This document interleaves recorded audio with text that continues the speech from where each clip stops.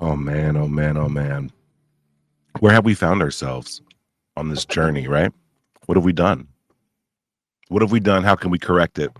Well, we're going to have more fun than those first questions would kind of insinuate. Uh, this is hood rat disclosure because program disclosure didn't work. Why didn't it work? We got to go over it. We got to go over it. I mean, I'm seeing something alarming, which is not I don't want to raise the alarm. I'm just like something is happening here.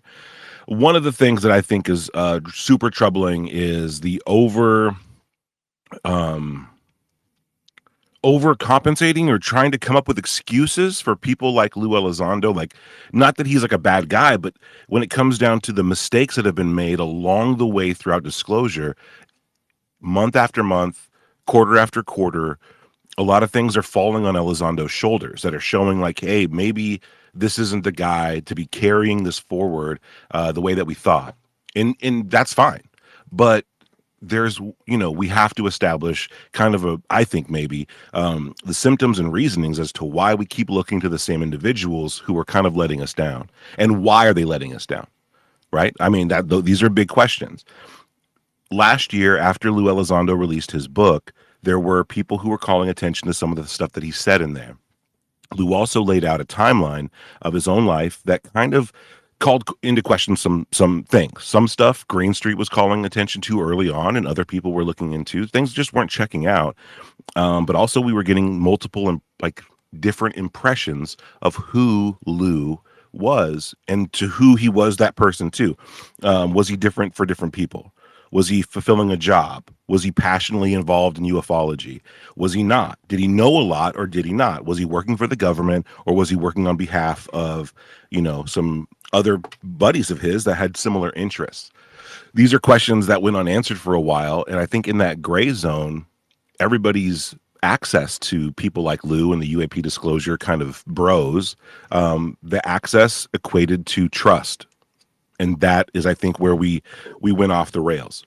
Simply having access to individuals who are whistleblowers or television personalities or whatever, that's not enough. Like, that's not going to carry you over into some kind of like new level of awareness. In fact, that might become a hindrance because now you have to kind of play along. You have to play ball. What do I mean by play ball? Obviously, there's an inner circle, outer circle of this stuff, and it doesn't have to be obvious. Let's go over the facts. James Fox referenced this inner circle when he was about to release his recent documentary, and Jason Sands came out and started talking about it, right? About how there's these rollouts. There's a rollout method, and if you go against it, you would find yourself on the outside of the inner circle. Something that's absolutely needed for people who are trying to get the news out. But again, that access becomes your prison. Now you can't question or criticize, and you're kind of stuck in this loop of, regurgitating the news stories and the statements made by these individuals to a degree that I don't know. Yeah, Tupa, have you already pointed out the audience? What do you mean? Eric Burlison's down there listening. Hey, Eric. Oh, what's up, Eric? Appreciate everything you're doing, bro. Oh yeah, absolutely. Hell yeah. Feel free to come up and talk. You have a very obviously like more information here than we do, but if we ever get off the rails or too far off track, and you got to pop in. I'd love to know what you know, and also how you're dealing with some of the recent fallout regarding Elizondo and the beef between Elizondo and Luna. I was already commending him though because he was trying to be a peacemaker there. Yeah, you know what I mean? absolutely, absolutely. He's like, That's oh, good. you guys are cool. We don't need to Both take of you it just there. blame me. Which Red, we've been looking at this for a while. We thought we were always surprised. I don't want to speak for you here, but the way, the speed in which this stuff would get dirty and the levels of like nastiness that would occur, that would come from this group, I was always surprised by.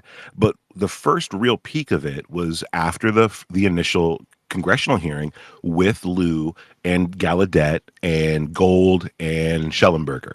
Right after that, Ivan Hanel went on like a very long Twitter rant and was challenging people like Carl Nell and Danny Sheehan to a MMA fight in the octagon, while also ranting and raving about how much money he makes and how good of a lawyer he is and how, like, this stuff was very bizarre. Everyone thought it was bizarre. I thought his account got hacked.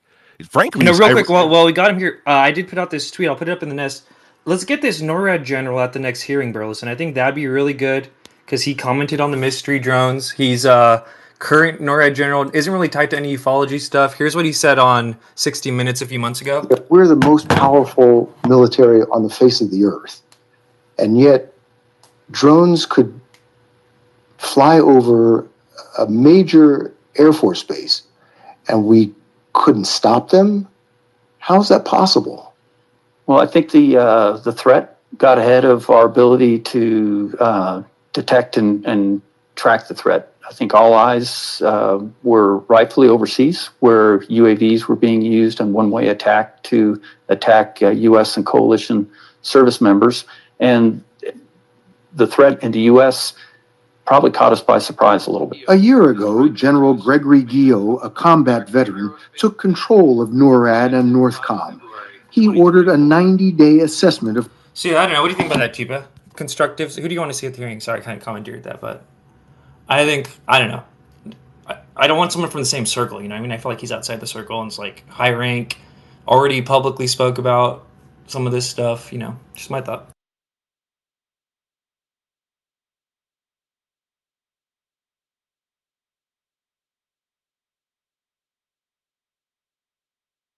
Tupa, are you there? Muted. All right, I guess I'll hold down the fort for now. I can't hear you, Tupa. Okay, there you go.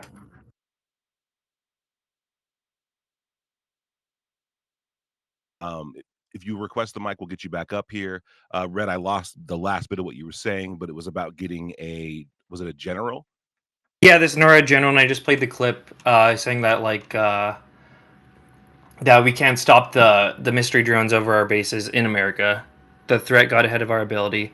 Someone UFO related outside the circle, uniformed, already willing to talk on 60 Minutes. You know what I mean? I think that'd be a good person to have at the hearing. Great suggestion. Great suggestion. Yeah, what's your suggestion? I don't know. I mean, my instinct is that there has to be a very hard pivot as far as the disclosure process goes, from what was projected to be happening, what was suggested to be happening, and I think we found ourselves now in a place where we have to reevaluate, have to recalibrate, in order to make the next move a positive move that doesn't land us in the same position of being basically caught in the quicksand of the fallout of these very specific individuals and whatever they're dealing with at the moment, right? Like, tying disclosure to these individuals, to any individual, is problematic for this very reason. Red, we saw the writing on the wall. We knew that if this kind of thing kept going, if Elizondo became the cheerleader or mascot of this, that he had a lot of skeletons in his closet and a lot of very strange tendencies that might come up and might basically damage disclosure. And I worry that that's where we're at today. What do you think? I think we're still in a really good place with like Tulsi Gabbard and Trump. Although I do think Lou is kind of, bless his heart. I don't know if Burlison knows. I'm convinced he's operating a crazy harassment campaign on a lot of whistleblowers, scientists, a bunch of shit. Well, But that's a big claim. Give yeah, Berlin, what would be the motive? What's a motive? What's a good example of this? narrative control and look into SIFA. And I'm about to blackpill you on SIFA this week, TUPACABRA, what he was doing right before he got into. I heard a little bit about that, what you were talking about with Green Street, and I was very surprised to hear a little bit of it. And if Just that's when where you that's thought gonna we were go, done getting surprised by him, right? yes, lots of surprises. But I mean, it is what we got. Desmo up here. Desmo, please weigh in on this, man. What are your thoughts on the news of the day? And Desmond, who do you want to see at the hearing? Oh man, dude, I don't have names for the hearing. The hearings, I really don't care about the hearings. I want to know what goes on in those skiffs, and that's sort of what I want to ask you guys about. I got some questions and then maybe a point to make. So I am unaware. In correct me if I'm wrong on this. This is my own. This is what I'm aware of. I don't think that Lou ever in any of his claimed to have been in his official capacity made aware of or a firsthand witness to anything any of this stuff. It was all from other people, talked about from other people, told about by other people. But I am unaware that he ever has testified or claimed that that in his official capacity saw anything. Am I wrong on that? In official capacity, saw anything. Correct. Well, I Meaning like wouldn't that firsthand wouldn't witness, like but wouldn't that hardware, have to be a NHI, any of that stuff, right? but I don't know. I mean, as the Pentagon's UFO hunter, if he was the director of those programs or that program, you'd think that by nature of him being in there, he would have absolutely came across some of this evidence. It It is a just statement of fact that he did tell Dave Scott Spaced Out Radio that he apparently touched a craft or something like that. And remember, Mike was all convinced it was going to be in the book. But here's the thing, though, like that's what I'm saying. The more I look at his behavior, like he's telling a bunch of different people different things on the back channels, and like sending everyone on weird goose hunts, and like even setting up. Burlison might need to listen to this, or maybe some of your staff. Like weird interactions with people in IRL where they're dropping like personal data and info about you, and really just Benewitzing people like to the nth degree, bro. Like at bars in public and stuff. So dude, the these point, the statement that I wanted to make with that is I could understand, and it almost sounds, and I didn't hear the space with his lawyer today, but I can almost understand him wanting to obfuscate and maybe not go directly into a skiff to testify under oath that he has or has not seen anything, because as of right now it's unclear in the public perception. It's unclear exactly what he is aware of and what he has seen and done. all right, And Des, if well, he goes I'm gonna into the pause you. skiff, he I'm gonna has to pause you. go in and So like this hammer has that come down. this has come up before. I think Jay Just or Justy brought this up too, and I gotta shoot it down, dude. Like there's this idea that like he's not the right guy to bring in anyway. He's not dodging anything. He's trying to help Congress out by just avoiding their fucking skiff, dude. No, no, that makes no sense I'm not whatsoever. claiming that he's doing it. I think he's doing it because it will damage his credibility should he go into the skiff. That's Well, my I own think he's in personal but opinion why? trouble. on it. How could it damn? What do you mean? Like because he's lying Because or he has been so, in my opinion, he's been very overly vague about what he has done in his experiences and what he continues to do, right? And if he goes into a skiff, he has to be hammered down on facts under oath, right? He doesn't have no? the I I agree with can't you here. talk about this I agree stuff. with you here. You And know what I so mean? I think that in my opinion, that's one of the likeliest reasons he's not going in is because and one of the likeliest reasons why he's being asked to go in is because of things that he has said, things that he's backed up, things that he's told people.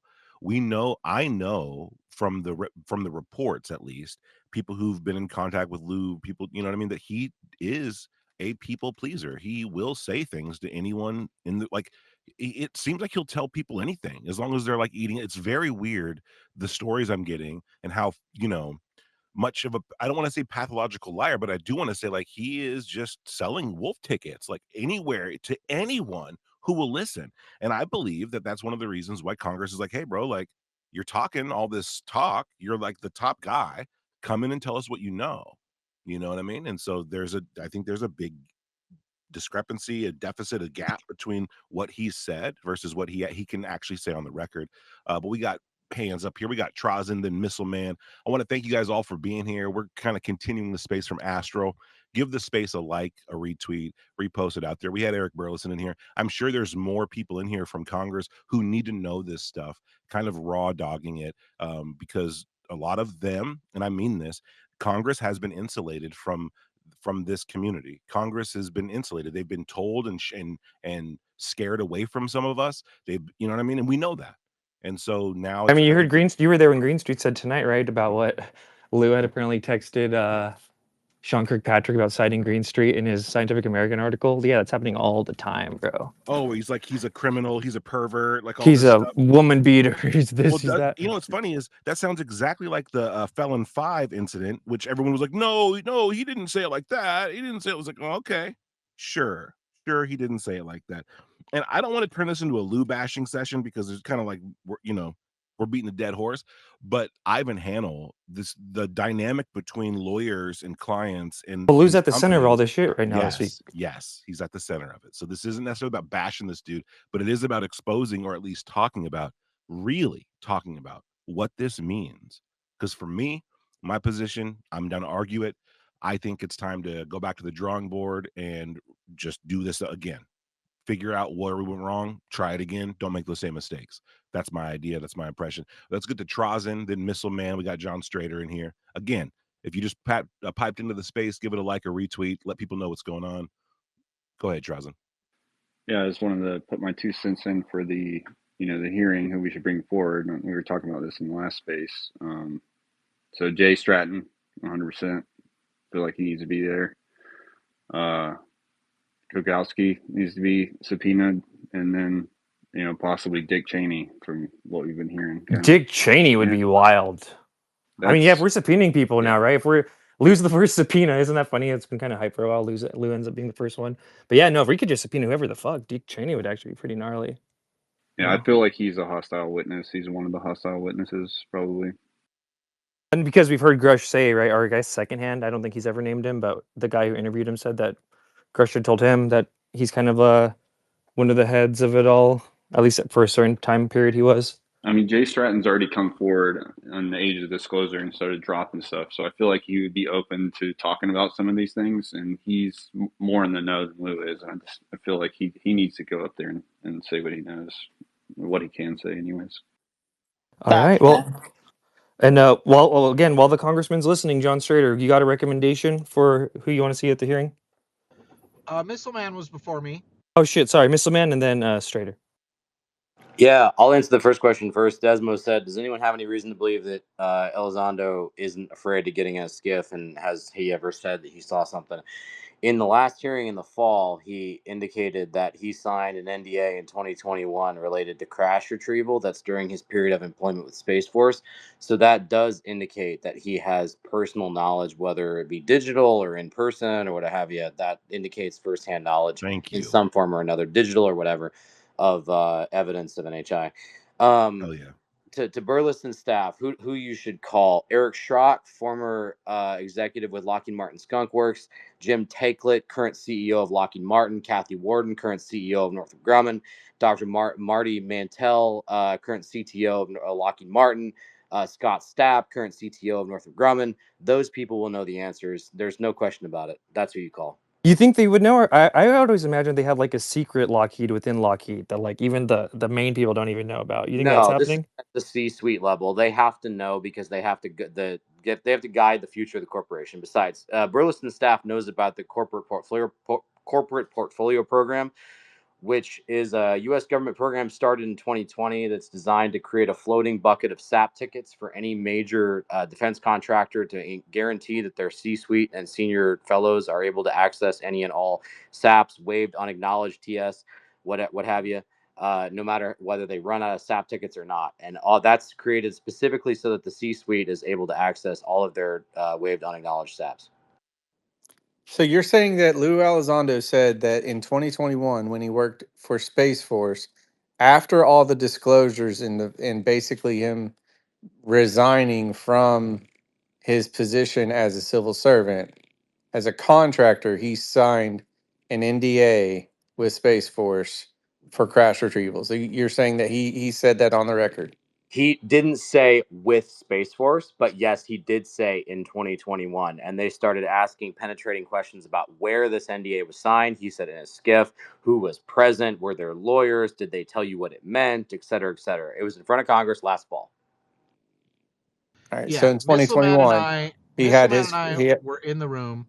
And the thing that irritates me, and like if Lou's going to retain any credibility at all, they asked him a lot of pointed questions after he'd already raised his hand and said he swore to tell the truth. And in that, he said, I can only talk to you about A, B, C, or D, whenever they would ask him these questions in a classified skiff. So it's like if Lou's going to maintain any credibility, he's going to have to get in a skiff. He's going to have to spill something that doesn't put, you know what I mean? And they're going to have to come out and say, wow, Lou really showed us some shit. He really pointed us towards something. Otherwise, like, I feel like, what was the point of standing up in Congress and saying, I can't tell you anything unless we can get in a classified skiff, but Well, I'm going to avoid the skiff like the fucking Well, plague? hold on, hold on. Burlison's I people have a, get up I there have and a say that. very, I have a very. You asked a question. I want to get to it real fast. We'll get Missileman in here. The question you asked was, what was the point of the hearing? What was the point of his testimony? What was the point of it if he's not going to follow through with any of that stuff? 90% of the things that Lou talked about at that hearing was about him being harassed. He was the victim of harassment. He was the victim of people like looking into him, the FBI, like you know what I mean, investigations. He was the victim. That's 90% of the things he said were not related to UFOs. He invoked 9/11. Like he did all this random stuff. Like that's what I found to be so strange, was that's what he used the platform for, to establish as himself as the victim of some kind of harassment. I just go back and look and read it. It's very They don't see bizarre. it yet, You Tupac. were brutally victimizing him, Tupa and Red. Come on. I am now. I'm making all these fucking songs, and he's looking good in the kitchen and shit. But back then, no way. I was just going to say, in terms of Lou being afraid of going in the skiff, Burleson staff can attest to the fact that they canceled the April skiff session the day before the UAP science briefing. Not Lou, not anybody else. They, for whatever their reasons were, I won't speculate what they were, but you know, the House staff gave one excuse and Luna gave a different one, and neither of them had anything to do with Lou Elizondo. While future sessions might have been like up to him to not show, that one didn't have anything to do with him.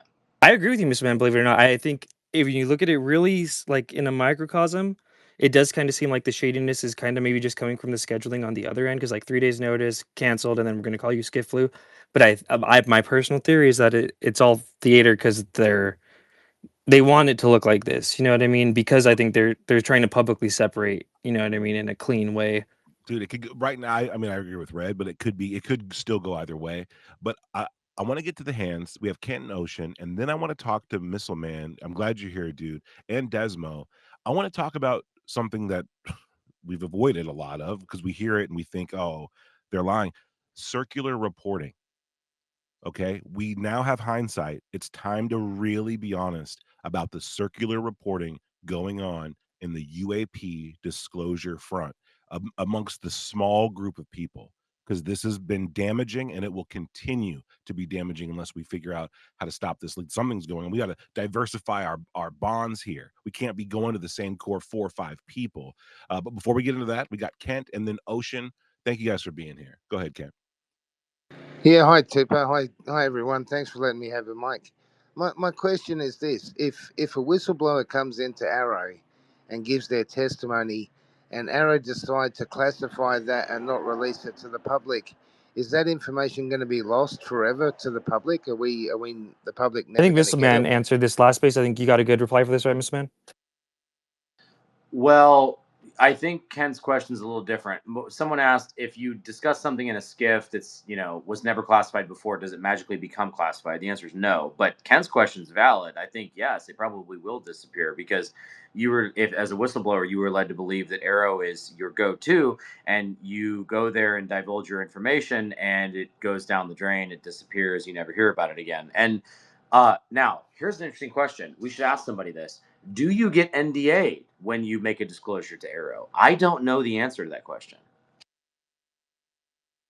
What they're doing with Arrow and these witnesses is the same shit they did in Blue Book with classified versus unclassified disclosures of those things, right? And it's you're getting the unclassified. I hate to say it, but the same BS that you got in Blue Book, you're getting out of Arrow right now, where and they're retaining all the classified information that could potentially be used to validate some of these claims that are being made.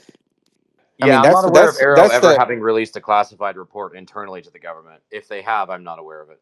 Dude, I want to get into this Arrow situation because the disclosure bros found themselves on the opposite end of Arrow. at an adversarial way multiple times, and I have my own feelings about that, and we'll get into it. And real But quick, to Missileman's point, during the New Jersey drone wave, there was a classified aero briefing where like the shapes were classified. I don't know if you remember that. And I could have swore something similar happened during the 2023 February flyovers. Didn't Well, the drone allegedly flyover the start right at the same time as the hearing? Like it Yeah, Right literally, the after. flap started Right after. the first reported right drones then. over Picatinny Arsenal were November 13th, the same day as the hearing. Yeah, Yeah. exactly. Like it started right then. That's Crazy. right. But if I'm not mistaken, it was an annual occurrence. Isn't that right? Over the course of a handful of years, in the same time period of time of the year. That's true. That's true too. In different parts of the country, though, or even like off the West Coast. And this one was definitely, I think, bigger. Maybe it was just over a And more the populated UK. area. And the UK. Yeah. All right, let's go over to Ocean, and then let's dive into circular reporting, because this is fucking crazy. Go ahead, Hell Ocean. yeah, great space tonight. I'm just coming back from running my dog, but I love to see Eric and others joining in or listening into the conversations. It's really nice for that. We're talking about who would we like to see in a skiff. I would love to see Hal Puthoff for sure. He's one of the OGs. And Charles Chase is another one who worked on the compact fusion reactor for Lockheed Martin. I would love to see what he would have to say in a skiff about the advanced technologies and how they might be related to the UAP. So that's all I have to add for now. And thanks for hosting, Tupa. Hell yeah, hell yeah. Hell yeah. No, those are good suggestions. All right, so this has come up multiple times. It's kind of a weird topic, because I think even the true believers and the Lou crew, whatever you want to identify yourself as, I think even y'all know it. Y'all know about this circular reporting. And when it was brought up by people like Arrow or Kirkpatrick or any of these other already designated foes of disclosure, right? There's this immune response that this community does, and it just kind of mutes it out. But the facts are there. There are individuals in the upper tier who are presenting, they appear to be not divulging how connected they are behind the scenes, and people in Congress are not aware that they're getting corroborating evidence from multiple sources, but all of those sources are in the same group. They've been friends for years. They've been working together for years. So some of them are in the same companies. Is that to me is deceptive. That, and why would you do that? Why wouldn't you be upfront about that? Missile Man, Desmo, what are you guys seeing on the front of circular reporting? And do you think it's as big as a problem as I do? And too, but 100%. Desmond got blocked by Lou. Let's just be clear, Yeah, I don't even know why. Desmo! How No did you clue get why. blocked by Lou? Welcome You to the talking club. shit? He Yeah, was probably but just in our spaces too much, dude. That's probably all it was. probably. So circular reporting, right? From the top down, right? Think about an upside down pyramid. You got in an upside down pyramid, you got the big large base at the top. Think about those as all the influencers, all the people with voices that have the ability to reach an audience, right? And then you have the people that's feeding them information, and then the smaller group of people as you get down towards the bottom that are feeding those people information, and how it's all disseminating. So at the very bottom of that upside down pyramid is the problem, in my opinion, is probably two, three, four sources, not very many, that has spread this amongst the people as it trickled up to the influencer realm. And I think that that's Right. a really good example of what I fucking hate that Arrow report, right? That came out, but there is some truth to that Arrow report that came out. In Maybe a lot regards of to truth. that in regards to that circular reporting, there was a lot of mistruths and inaccuracies as well, right? But that part of it definitely does seem true. And it's really frustrating because I feel like, in my opinion, Lou Elizondo, if you think about that upside down pyramid area, he's like not at the influencer level, but the one just below it, right? And that makes me suspicious of his motives and what he's saying. But again, this is just from my perception of Right. what I've seen him say, right? But that's my thoughts on it, No, man. I don't that's want to great. harp on it more. So soon we'll outline what the circle is, who's in the circle, and how it works. But I want to get everybody's impression of it first, so we can kind of weigh out like how big of an issue is this. We got Missile Man coming up next, and then we got Average Chris. Mr. Man, what do you think about circular reporting? Is it as big of an issue as I think it is? I understand the perception of it being perceived as circular. I don't think it's as circular as it's being made out to appear based on the following. If you go back in time and you march forward the group of people that today we talk about being aware or being part of this circle, back to the 60s and the 70s, the oldest is Hal Puthoff. And then you move forward and eventually you get someone like Russell Targ and Ingo Swann and John Peterson and Kit Green, and you have to march all the way forward to the 90s before you get to someone like Eric Davis, and then you have to march all the way forward to the 2000s before you get to someone like Lou Elizondo and Chris Mellon, and then you have to march forward to the 2010s before you get to somebody like David Grusch, and then you have to march even further forward to get to somebody like Carl Nell. And so it's being made to appear like a circle in the modern day because we still have the old timers from the 70s and 80s who were around then and who were around in the 90s and the 2000s, but the group is clearly growing in population over time. Carl Nell is not a part of the stuff in the 70s or the 80s or the 90s, neither is David Grusch. Those people are not part of any kind of circular reporting that goes back decades and decades. It's merely a growing group of people who have been vocal and active since at least the 90s or early aughts, but there's clearly Interesting. people who have been added to it over time. So I don't believe it's as circular as it's being made to appear. Good points, and I agree with some of that stuff for sure, right? I really do. Something I thought of when you were talking about it was how no one knew that Lou Elizondo, for the first couple years of him being kind of out post 217, right? Lou Elizondo was so connected to Hal Puthoff. In fact, when it came up when by I think it was McGowan, Red, correct me if I'm wrong here. Jeremy McGowan was the one who said that Lou said that he had remote viewing powers and he was a psychic, and everyone was like, "Fuck that! No, he didn't. He didn't say that shit." And people, he didn't really confess about it. But then he releases his book, and lo and behold, you know, in the 2000s he was running, he was remote viewing detainees with his friends at the Pentagon, so according to his book, and he calls up Hal Puthoff and goes, "Hey boss, look what happened," and he wasn't surprised. So while we know about him in 2017 and we know that he's connected kind of post then, clearly that relationship goes back decades. Yes, my quick response would just be that observable is equally logical from the perspective of circular reporting as it is from the perspective that Hal Puthoff was always authentic from the beginning, right? Because if the old timer has actual comprehension of what you're dealing with, it would track that more recent individuals looking into the phenomenon would end up back at those people. So Okay, that okay, yeah. fair point, fair point. Average Chris, welcome to the show, man. I loved a lot of stuff you were saying in astral space. Uh, what do you think about all this stuff? And weigh in on the circular reporting, dog. Hey, so I really don't have anything to say as far as that goes, but I know we've been speculating all night since Green Street's post came out. But I just would like to say Representative Burlison is in the room, and I would love for him to just come up and give the answers instead of us speculating and just get right to the chase. Because there's other things that we need to know about what's going on. We'll shoot him an invite. And I mean, but yeah, Missile Man wants to harp in that that's just his staff, though, Tupa. Not really, Yeah, Bruce. it's That's hard also fine. because this is a But we have recorded to be space, and respectful and yeah, Listen, yeah. nice. I mean, it's totally fine. I got a chance to talk to Eric himself, not a staffer, right? Through his spaces, diligent spaces, and this Broke the stuff internet. this made world news.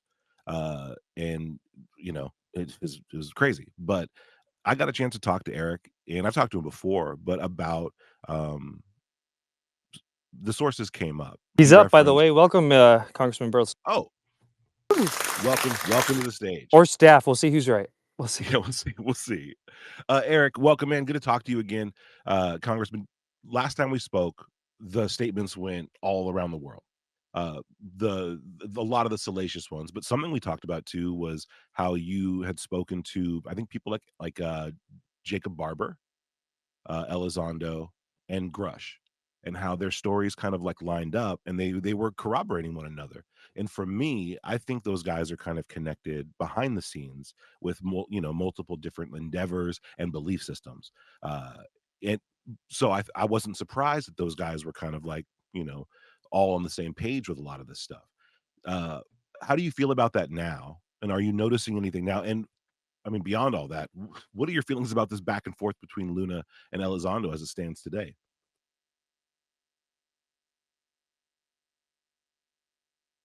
I wish his staffer just popped in. Still love the Burl. Okay. Can you hear me? Yes, Oh, yes, we can Missile hear you Man now, Eric. debunked. Welcome, Mr. Wilson. Hey, yeah, this is Eric. Um, Thank you for your patience. I was listening as I was eating dinner.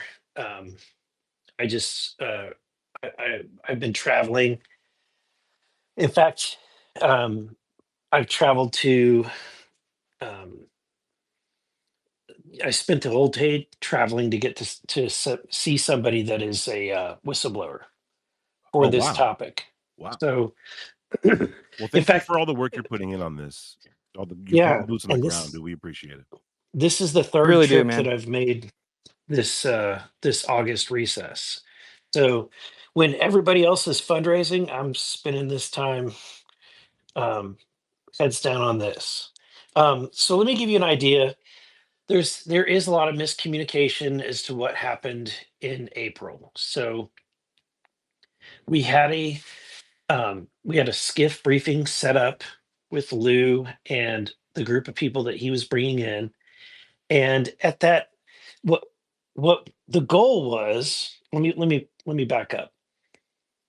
So when we got this task force put together, they were the staff for this task force were people that were fresh off of investigating Biden and doing um, financial forensics. They were doing, I mean, these that they were the staff are basically former prosecutors, and they're not familiar with the intelligence community. And so when they were assigned to this new task force, it just wasn't working.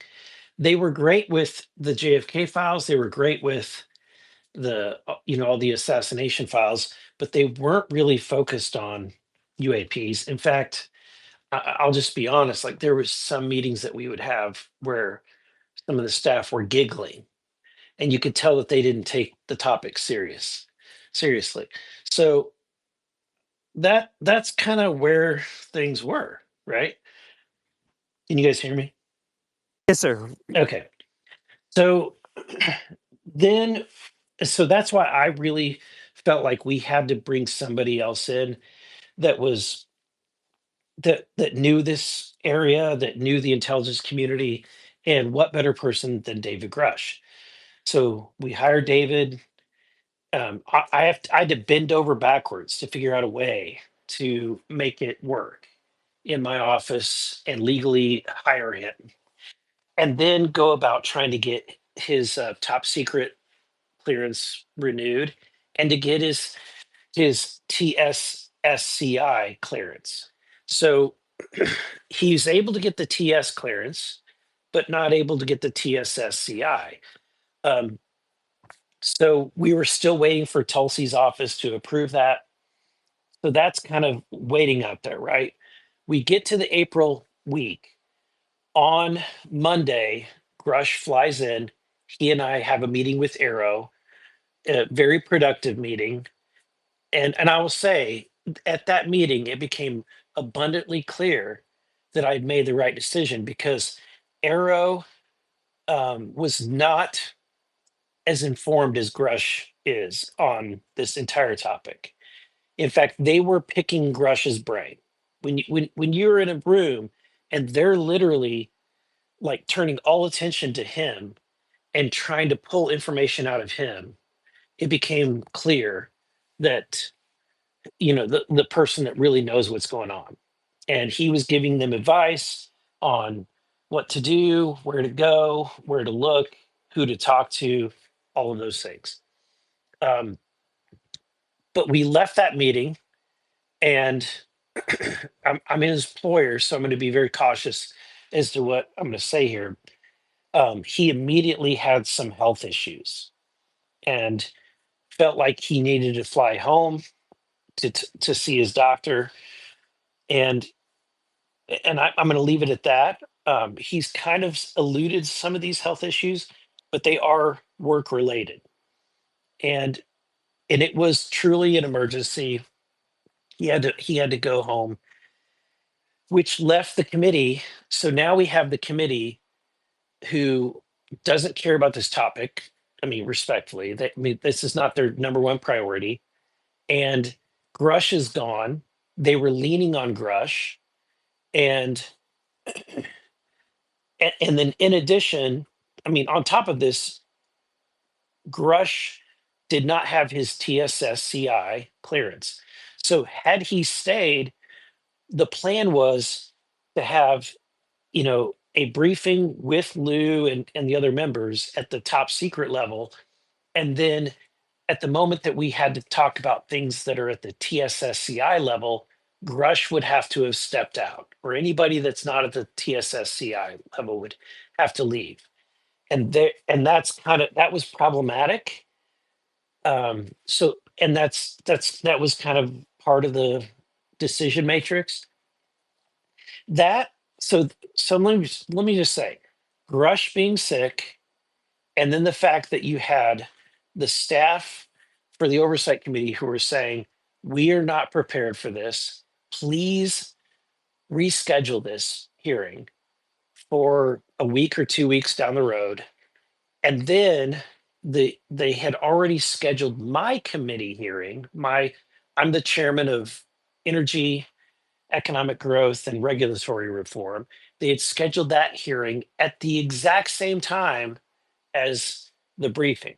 So I would have had to turn over my hearing to somebody else to chair my own hearing. And it just was a big cluster. And so we rescheduled, and that's why we had to reschedule for 2 weeks later. But unfortunately, the date that worked with everybody's calendars on, every member, the members of Congress that were related to this topic, that date did not work for Lou. And so Lou immediately was not, I mean, he made it very clear from the beginning that he wasn't going to be able to make it. And then on the day of the hearing, we found out that Christopher Mellon truly had pneumonia. And so, and I frankly, my attitude on all of this is that I'm going to take these people at their word. Um, I think that this is heightened. A lot of tensions are very much on the surface. People are really concerned um, about perception and reputation and all of that. And at the end of the day, I don't really care about that stuff. I just want to get to the truth, and I want to get the information and get it disclosed. And so I hope that answers your questions on where things are. Yeah, and more. Thank you for being so transparent here. I mean, it's really helping to, like you said, like in the absence of some of this information, tensions are high. People are going to jump to to conclusions, and you can't deny that the last 8 months for Lou and for all this stuff has kind of been rough, right? With the pictures being released and him exiting from the UAPDF. So some people are fearing the worst, myself included. So it's really good to have you here explaining this stuff rationally. I appreciate it. Would you be down to take some questions from some of the speakers up here? Yeah, I'm happy to. Thank you, Yeah. Eric. Thank you, Eric. We have Missile Man. And real quick, I want to get one in there too. Absolutely. Can you tell us? I miss Grusch. Can you tell us a fun Grusch story or anything like that? What's he like in DC? You guys have any good times? Go to bars or anything like that together? And David is he's a great guy. I don't he's not exactly I don't know. I'll tell you this. This is funny. I found this funny. So my team, we have a weekly meeting, and David is kind of a special employee, so we don't really expect him to appear at our team meetings, like our Zoom call meetings each week, but he does. And it's kind of I find it endearing that he does attend those meetings. Nice. That's exactly what I wanted to hear. Okay. So you said Missile Man first, right, Tupa? Yes, sir. Go ahead, Missile Man. Hey, good evening, sir. Thank you so much for appearing. I wanted to tell you, I grew up in Cole County and educated in Phelps County, next door to your district. So appreciate you taking a serious interest in this subject. We had a So chance to speak did you grow briefly. up in Rolla, or where Yeah, specifically? Jeff City, undergrad in Rolla. Yes, sir. Nice. Yeah. So I you mentioned that Mr. Grush doesn't have the SCI portion of his TS clearance. Has he been able to accompany you into a SAP qualified skiff to have a complete discussion of his experience on UAPTF, or is any of that information restricted by virtue of his not having a renewed SCI? It is restricted, and to answer your question, we've not been able to do that, and as a result, I've not. I mean, ironically, he works for me. I still don't know everything that he knows. Sure. So, quick follow up. You mentioned that Arrow was really following his lead in a discussion that you had had. That must have been even just at the TS level, minus SAP readings, even so. So, he, yeah, that was probably at that level because um, he there was things that he was able to talk to the Arrow staff about that he couldn't, that they weren't even willing to talk to me about. Very good. Thank you, sir. Thank you. And I got a serious one, and then we'll get around to more hands, co-host. So me and Tupa, we really been investigating kind of like, and kind of what you were saying, I think kind of alluding to this sudden sickness that Grush had after Arrow. Have you or your staff experienced any kind of weird tampering for maybe like some defense contractors or any kind of like, messing with your furniture in your home, anything like that from you or your staff since you've been diving into this?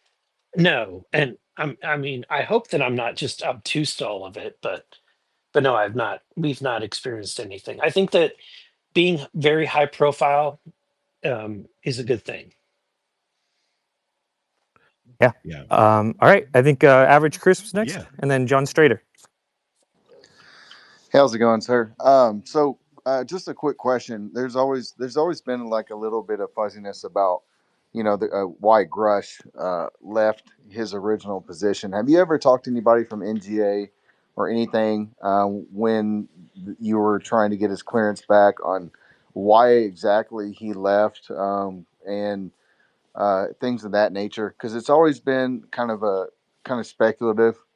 Sometimes things that he said in public has not exactly lined up with things he said behind closed doors. So I was wondering if you ever have has there been any follow like questions asked about why he left the NGA, especially a position that he said he was in.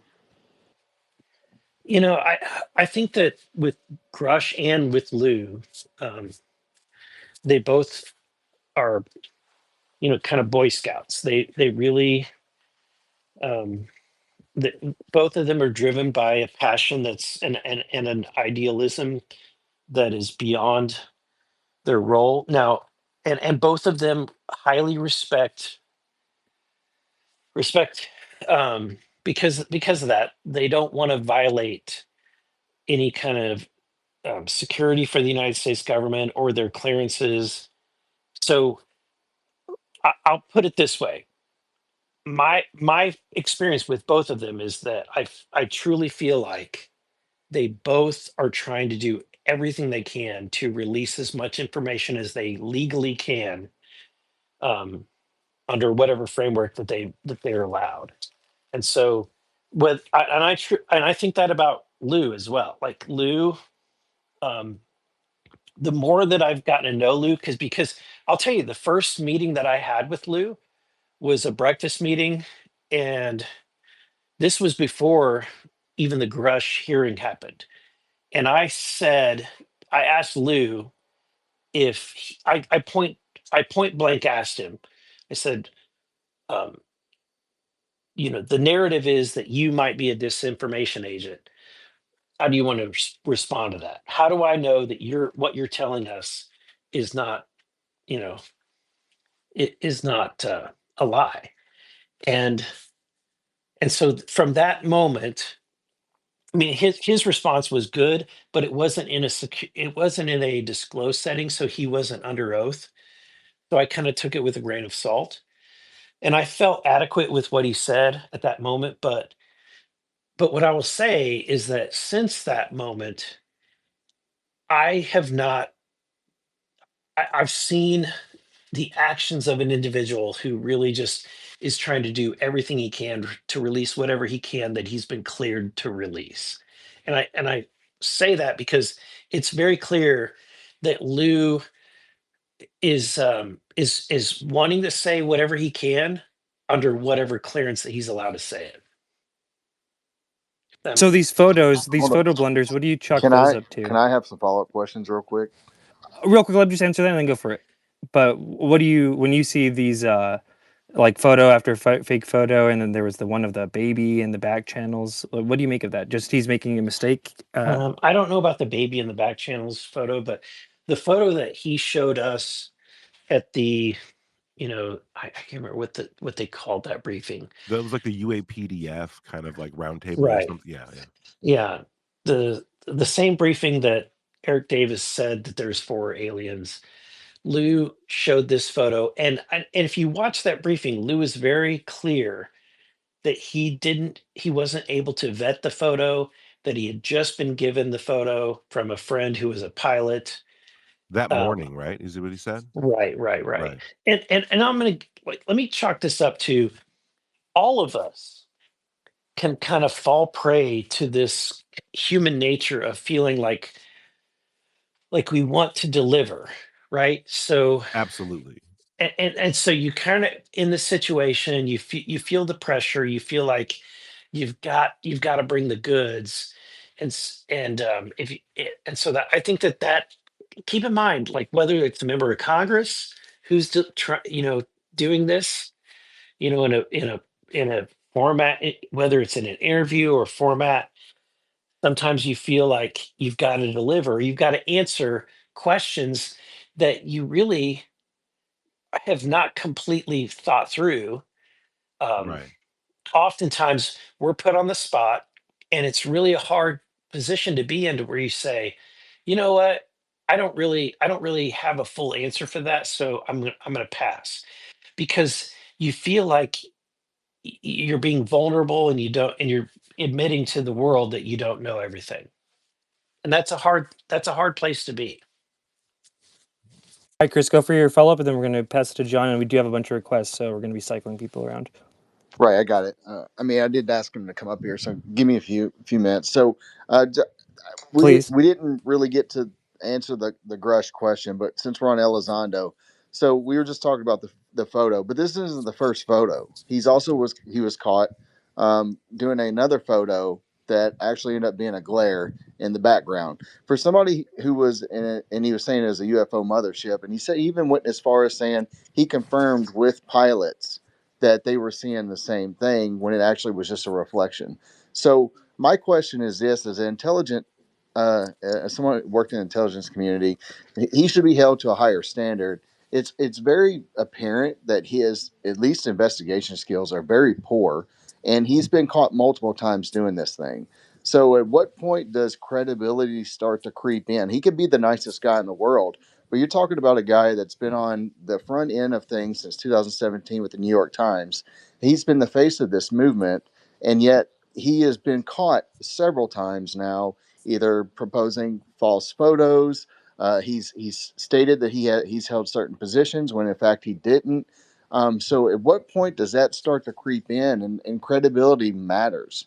That's kind of where I think a lot of the room we've been questioning tonight about like what's been going on in the back channels with these arguments, and that's starting to stick out. And then all of a sudden we're hearing that Grush is calling Lou to come in and spill the details per certain sources online. So uh, I know you're saying that Lou's a nice guy, but where should we be with this as far as his credibility? Because I see it lacking. And as somebody who works in that same realm in the intelligence community, I think it's a very poor look on him to say, "Hey, here are these things. They are this," and they end up not being that. Does that concern you at all? It does, yeah. And I would say it's not that I I patently trust everybody. you've got to kind of trust but verify. Um, what I found in this experience is that a lot of people are trying to get you to stop listening to others that are involved in this conversation. And if I really kind of if I held a high litmus test to everybody, then I probably wouldn't be able to have conversations with anybody. And um, but at the end of the day, I have to take what everybody's telling me at face value and decide, you know, oftentimes what people are telling me is secondhand information, and I've got to kind of take it with a grain of salt. Just last question: as far as on an unclassed level, can you give us what was the outcome or the results of Grush's ICIG complaint? We've speculated for years that we've people said they don't know. Grush has stated that he filed a reprisal complaint with ICIG, stating that he received reprisals, which I think essentially led to him leaving the NGA. Can you give us some insight into what? I mean, I'm assuming your office has at least looked into that portion. What was found on that? Because there's a lot of speculation in this domain about Grush and that, and anything you can disclose for that on an Yeah, unclassed level. yeah. As far as I know, that is still an ongoing investigation. It's been 2 years. That's a long time. Hmm. Okay, yeah. Well, I would encourage you. I don't know if you said you take people's information at face value. It would. There's a lot of this in this community. There's a lot of UFO lore. There's a lot of claims that been said. There's a lot of circular reporting. There are some people out here that you can reach out to for sure. That can help. And I would encourage. I know there's people are going to hate this when I say it, but there are skeptics also that look into this, that are into this UFO community, and we want the answers just like everybody else. I would definitely encourage at least your staffers to reach out to some of these people. I know Missile Man's very knowledgeable. I'm in here. There's certain people working in the Hmm. Department of Defense in here. Like there's people that can speak to some of this stuff. I would highly encourage you guys to reach out. Thank you, Chris. All right, thank you, Chris. Great questions, by the John, way. Go ahead, John Strader. John Strader, then Kent, and we're going to be cycling people up. And also, Tupa, if you want to co-host someone else, we could have one more Yeah, let's speaker. find another co-host. Thank you. Let's all be I cannot thank you enough, Congressman Co-host Burlison. This is experience. super awesome that you're here. Everyone retweet the space, get it out there. If you have questions pop up, we're going to be cycling through all the speakers as long as Eric can last. Let's get over to John Strader, and then we'll go through the line after that. Thank you, guys. Thank you, guys. What a great space. Congressman Burlison, so awesome to have you here talking with us. This is amazing. I was actually in the November hearing in the room while you guys were grilling Elizondo, and he was not able to answer many of your questions. So my question to you is, if you can get Lou in a skiff, what kinds of questions do you really want to ask him? I mean, that way we're not getting the answer of classified data, but what are the things you guys are really looking for that will point you in the directions to help push this disclosure movement forward? That's a good question. I think that Lou knows a lot more than what he's written in his book, and I think that part of that is that he has a. I mean, in my opinion, he's a Boy Scout, and he's not going to violate his NDA. So he's going to do everything he can that is outside of the non-disclosure agreement. And so if we get him into a skiff, and particularly if we have, and the truth is, we could go into the skiff, and for one of the conversations that is cropped up is about, subpoenaing these people, right? A subpoena doesn't really get you any information. What's important is that they get cleared before the briefing by all the parties involved, whether it's um, OD&I or the House Armed Services Committee or the House Intelligence Committee. So if they have cleared that briefing, then there's no excuse. And it's not an excuse. It's if you're Lou, you've signed an NDA, and you don't. And so you don't want to lose. You don't want to go to jail, right? So I think that's the situation. We've got to give them every avenue possible to let them say what they want to say. I absolutely understand that. I'm just wondering, like, what kind of questions would you really try to push in if you could get access to? And then a follow-up question I'll just do now is, do you guys, besides Lou or like David Grusch, are there other people that are on your high priority list that you all are seeking to get in to testify either openly in Congress or to come and testify in a classified skiff? We do have a list. Grush is mostly working that list. Um, some of them are not willing to come in, and so we're kind of those members that are not those individuals that are not willing to come in voluntarily. We are we potentially might subpoena those individuals. When it comes to Lou and what I would ask him, I would ask him, were you how much knowledge do you have about the legacy program? How much personal knowledge, intimate knowledge do you have, experience with the legacy program? Um, I would ask the I would ask for locations. I would ask for um, other individuals, and if he's had personal direct contact, because that's not something that he's talked about before, but I believe that he probably has. I believe that he's probably had personal direct contact. Congressman Burlison, thank you so much for your answer there. I'm going to go ahead and there's a lot of people in here who'd love to talk to you. I know your time is limited. Thank you so much for coming in the space. We hope that this will become a regular occurrence, and I cannot wait to see what happens at the next hearings, and hopefully you'll get these people subpoenaed. We can push this forward because this is historic that we have members of Congress like yourself actually digging into this.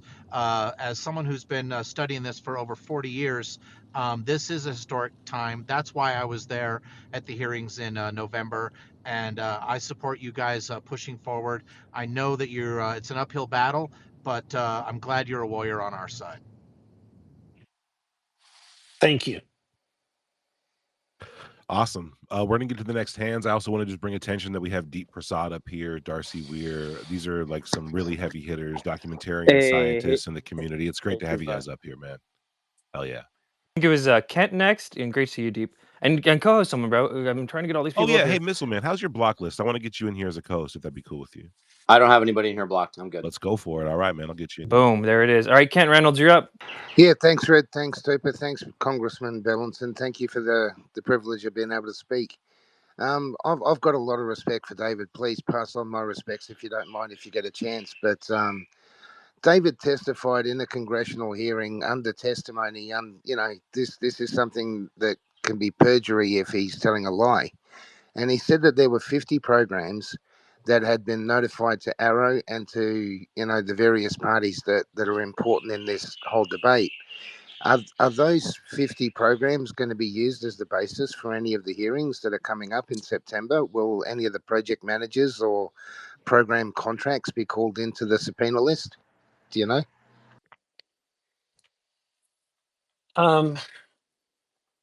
I don't know that I would go about it that way. I would say that David has interviewed,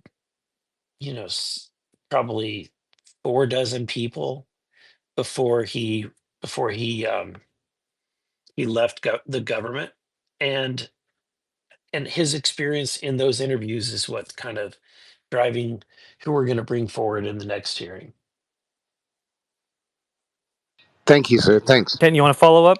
Well, Are you good? I was just going to say, I've done a lot of contractual law. I've negotiated a lot of big contracts, and I would have thought the way to go down the path of getting discovery for disclosure would be to start getting hold of the contracts that have been, they're owned by the government. They're owned by your government, and I would have thought Mhm. getting those contracts into the mix and being able to have an analyst analyze them and the eminent domain clauses and the NDA clauses would have been the way to go. It's just an opinion, mate. That's all. Thank you for your time, sir. Yeah. Thank you, Ken. And a lot of that those financial questions are things that if we can only get so far, and then we can, I think that what we're planning to do is in after the next hearing or at the next hearing is issue letters to all the contractors that you all are aware of that are the way that Grusch, they're called interrogatories. And in order to get them to have to come forward to tell us information. And so that's part of our plan. Very cool. I think next was Tyler. Tyler, you available? If not, okay, cool. Yeah, sorry, I wasn't on the screen. Thanks for Representative Burleson. I really appreciate you coming up here. It's really awesome to get involved like this. I had a question for you regarding whistleblowers. If you have a whistleblower that has classified information that they want to share, about the UFO topic and to prove their credibility, and they want to be vetted in order to be a witness, at the hearing or at in a skiff. What process would you want them to follow in order to be properly vetted? Given that if they have, I mean, because it's kind of a catch-22, because to be vetted, they have to prove that they know information, but Mhm. then that's classified information. So how do they share that with you to prove that they're legit? I Right. mean, you know what I mean? It's like a wink, wink sort of thing. Like, hey, I know stuff. Like, how do you go about Yeah. it? So, I mean, having Grush on staff is the key. So he is able to do background checks on individuals, and he knows everybody. He knows a ton of people in the intelligence community, so he's able to kind of verify um, if people are being accurate about what they're saying. Has there been some where he was like, "Oh, that person's kind of that didn't check out when I looked into it"? There have definitely been conversations, and I've spoken to a lot of people, not a lot, but a handful of people that Grush is highly suspicious of, and and is and so and is warning me about. If that gives you an idea. That's good to know. So that way, it's not just blanket like yes, yes, yes, yes all around. All right, Tyler, you got a follow up, and then we'll get. Yeah, I'd appreciate just one quick follow-up. Thank you for offering that. Representative Burleson, I wanted to know with the TSSCI clearance, which I guess Grush is still trying to get, or he has it. Either way, once he has it, why don't you just hop in a skiff, just you and him, have him explain to you the locations? Because he said in the hearing he testified that he knows the locations, he knows the names of all these people.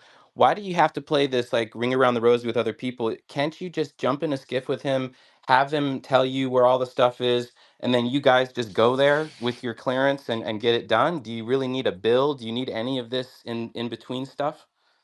I mean, to be perfectly legal, no, we can't just do that without. I mean, with hope, he at the end of the day, David has an NDA. So does Lou, and many others that we talk to. And if they really care about this country and about respecting the rule of law, which most of them do, absolutely, that's kind of what we're limited by. But uh, I think that getting Tulsi and her office to clear him is one hurdle, and then getting the House staff and the Sergeant of Arms to clear him is the second. I think that once if Tulsi's office clears him, and the other aspect is he could be hired by Tulsi. He could be hired by the White House. If Grush were hired by any of these agencies, then it all goes away. His limiting factor is that he's a staffer for a member of Congress. And the default clearance for a staffer as a member of Congress is the TS level, and they're not gonna. It's highly unusual. It's not been done for them to be able to give somebody a higher clearance than that. The only way that you get a higher clearance in Congress is if you're a staffer for the committee. So, which is why I tried to get Grusch on as a committee staffer for oversight, but there's oversight did not want to kind of break a precedent and do that. Are those conversations happening about him potentially being hired by Tulsi or the White House, or is that just like a hypothetical? I'm gonna say that that's a hypothetical at this time. Okay, cool. All right, Tuba, do you remember who is next? Let's see. We it might have been Missile Man, then Joshua. me. Oh, okay. I think We it's got Missile Man, then me. All right, cool. Oh, Mr. Man had another follow-up. Cool. Mr. Man, then Josh. Thank you. Last year, Congressman Burlison, you walked out of a skiff briefing and made the comment that it seems as though someone has developed a new propulsion technology that might change our lives, or something to that effect. My question is it possible? It seems like it might be the case that over the past 25 or 30 years, substantial advances in successfully deploying technologies derived from technologies of unknown origin and materials of unknown origin have approached maturity level pretty close to Tier 7 deployment. Is it possible that there will be a forcing function from emerging from industry where they want to start using these technologies on things like Golden Dome for America or NGAD or FAXX or something like that? Programs of record that are large with very large footprints that don't exactly fit within the same black aerospace technology bucket as WUSAPs, and that it will kind of force us all into the light at some point. Do you see that as being a possible future outcome? Yeah, I do. I do see that as a future outcome. In fact, I think that there's some technology that exists in the B-2 bomber that is kind of akin to what you're talking about. But at the end of the Whoa. day, I do think that the the question that I kind of where I'm at is I'm not for certain, and I'm not going to jump to the conclusion that what we're talking about is reverse engineered technology. I think that, and I think it's highly plausible, probably more likely than not, that what we're seeing is advancements in technology that are natural advancements, and and they're just being put into production. That's my personal view. That's why, at the end of the day, while I'm heads down studying this topic, again, I just want to remind everybody I'm still a skeptic. And I feel like I've got to remain being a skeptic until I'm convinced otherwise. The show me state, right? That's right. Nice. Nice. Uh, okay. Wow. Thank you again, Josh, yeah. Congressman Burleson. Guys, if you're out there listening, feel free to like and retweet the space. Give me a follow. Give all the speakers a follow. This is like, a chance to really get a peek into what's going on over here without the hyperbole. And we cannot thank Congressman Burleson enough for this. Thank you. Let's get to Joshua, and then we'll get to the next one after that. Thank you, guys. So I'll start with my thanks to Red Missile and Congressman Burleson. Congratulations also, Congressman Burleson, on your new position on the Energy Committee. We actually last spoke in January of 2024 via Matt Laszlo of Ascapol. And I was telling you, at the time I was telling you about the aerogel vacuum sphere drone program at Los Alamos National Labs. Last week, conveniently timed for this, the US government's General Services Administration posted a technology licensing opportunity for these craft to aerospace contractors with over 1,000 employees. Have you now had proper disclosure of the aerogel vacuum drone spheres out of Los Alamos, since they're being licensed to such large aerospace contractors that has the potential to replace a multi-billion-dollar helium and traditional motor drone reconnaissance industry? I have not. You should really ask about those. Their Well, Department of Energy, Los Alamos National Labs. I'm Googling it right now. Hell I'll yeah, tell you. dude. That's great. Dude, let's Nice. go. I can tell you anything you want to know about the program, except the last thing that my whistleblowers within that program told me was that 2 years ago, when I talked to them last, they had not succeeded. And the General Services Administration now says that the vacuum drones have been produced, tested, and demonstrate that they can be manufactured. So Yeah, and this does kind of just reading what's the AI is pulled up does kind of allude to some of the UAPs that have been cited that I've learned about that are that are absolutely not non-human intelligence. They're created by a foreign actor, and so oh, I this might know a this bit about that actually from the Russian aspect. MUFON has a sample of aerogel that came out of Russia that was tested by PRA, a research laboratory adjacent to MUFON. And when they tested it, the aerogel had been made of carbon 60 buckyballs, which no human manufacturing tech in America that's been publicly disclosed uses. And it had been in space, it had been exposed to cosmic rays and was then back in I, Russia. So, yeah, I'm not sure I don't know. I hear you. I was under the impression that there are contractors that make buckyballs, but I don't. I Cool. I can't name it off the top of my head. But to Uh, your point, but I will say, looking at this is not like this is not game changing tech. It's buoyant tech.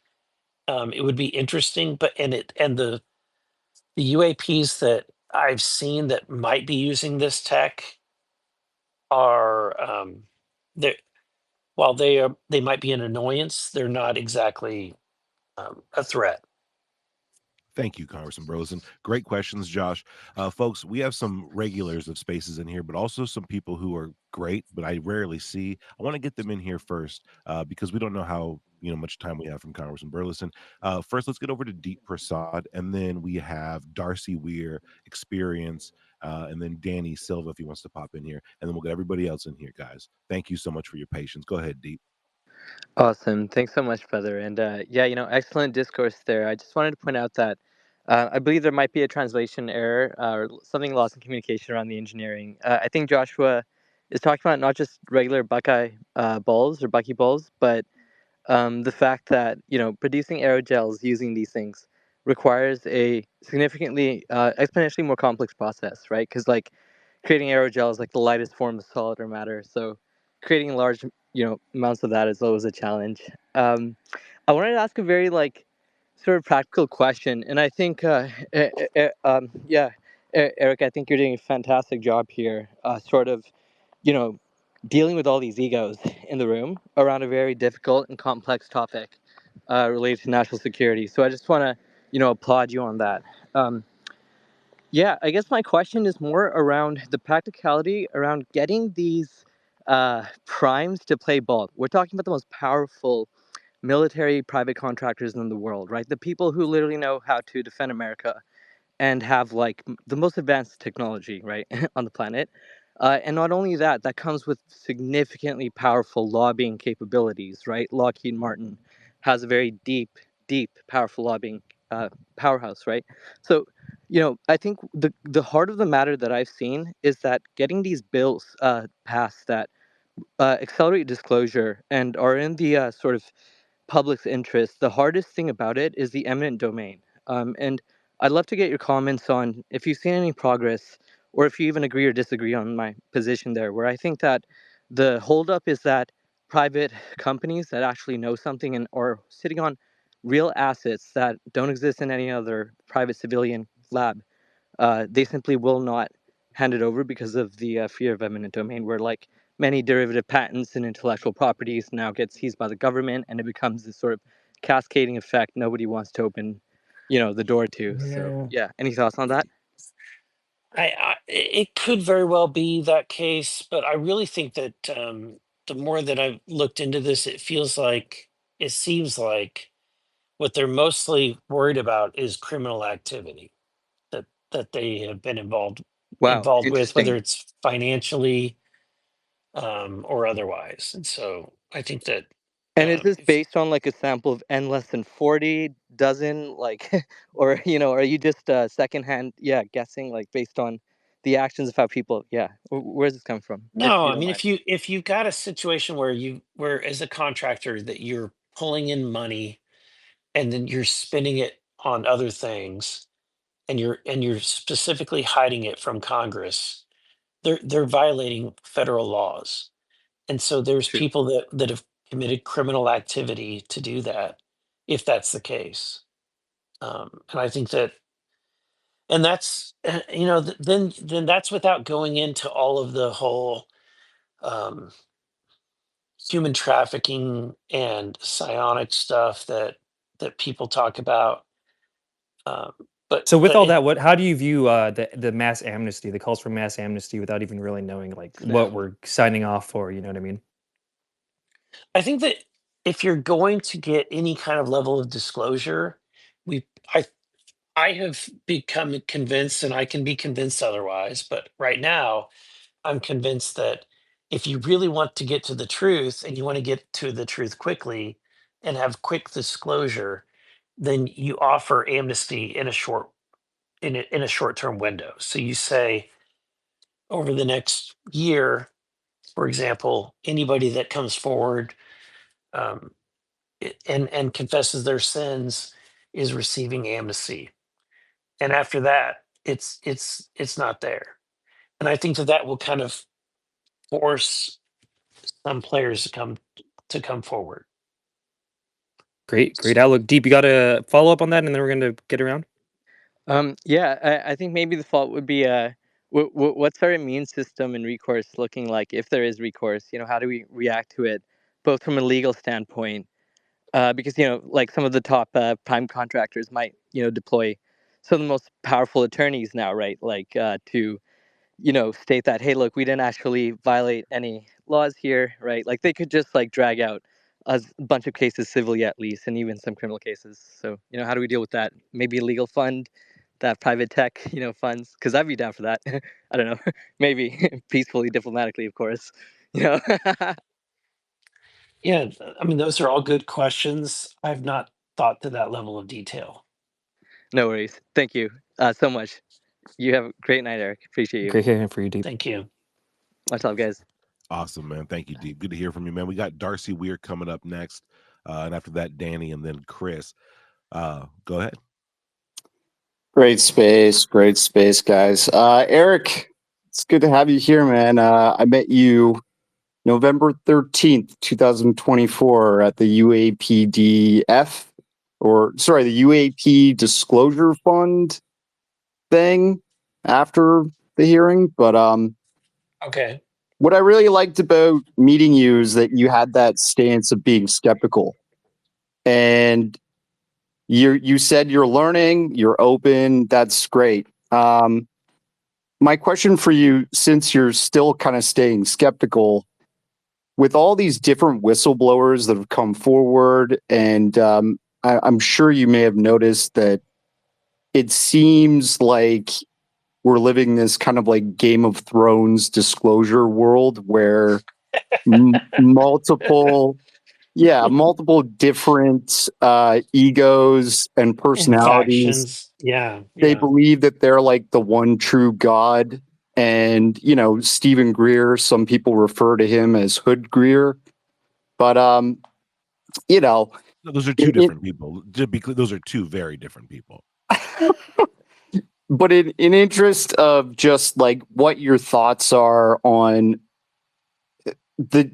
the possibilities that as a skeptic, some people coming forward may be less legitimate than others, in terms of their story and trying to kind of like bring attention to themselves over, I guess, the greater good of getting some kind of truth out there for everybody in the world to know about this issue? Like, do you find that there's some that already you and possibly Grusch and others are kind of putting into the bogus bin, and you're being careful about pursuing that so it doesn't embarrass the disclosure effort?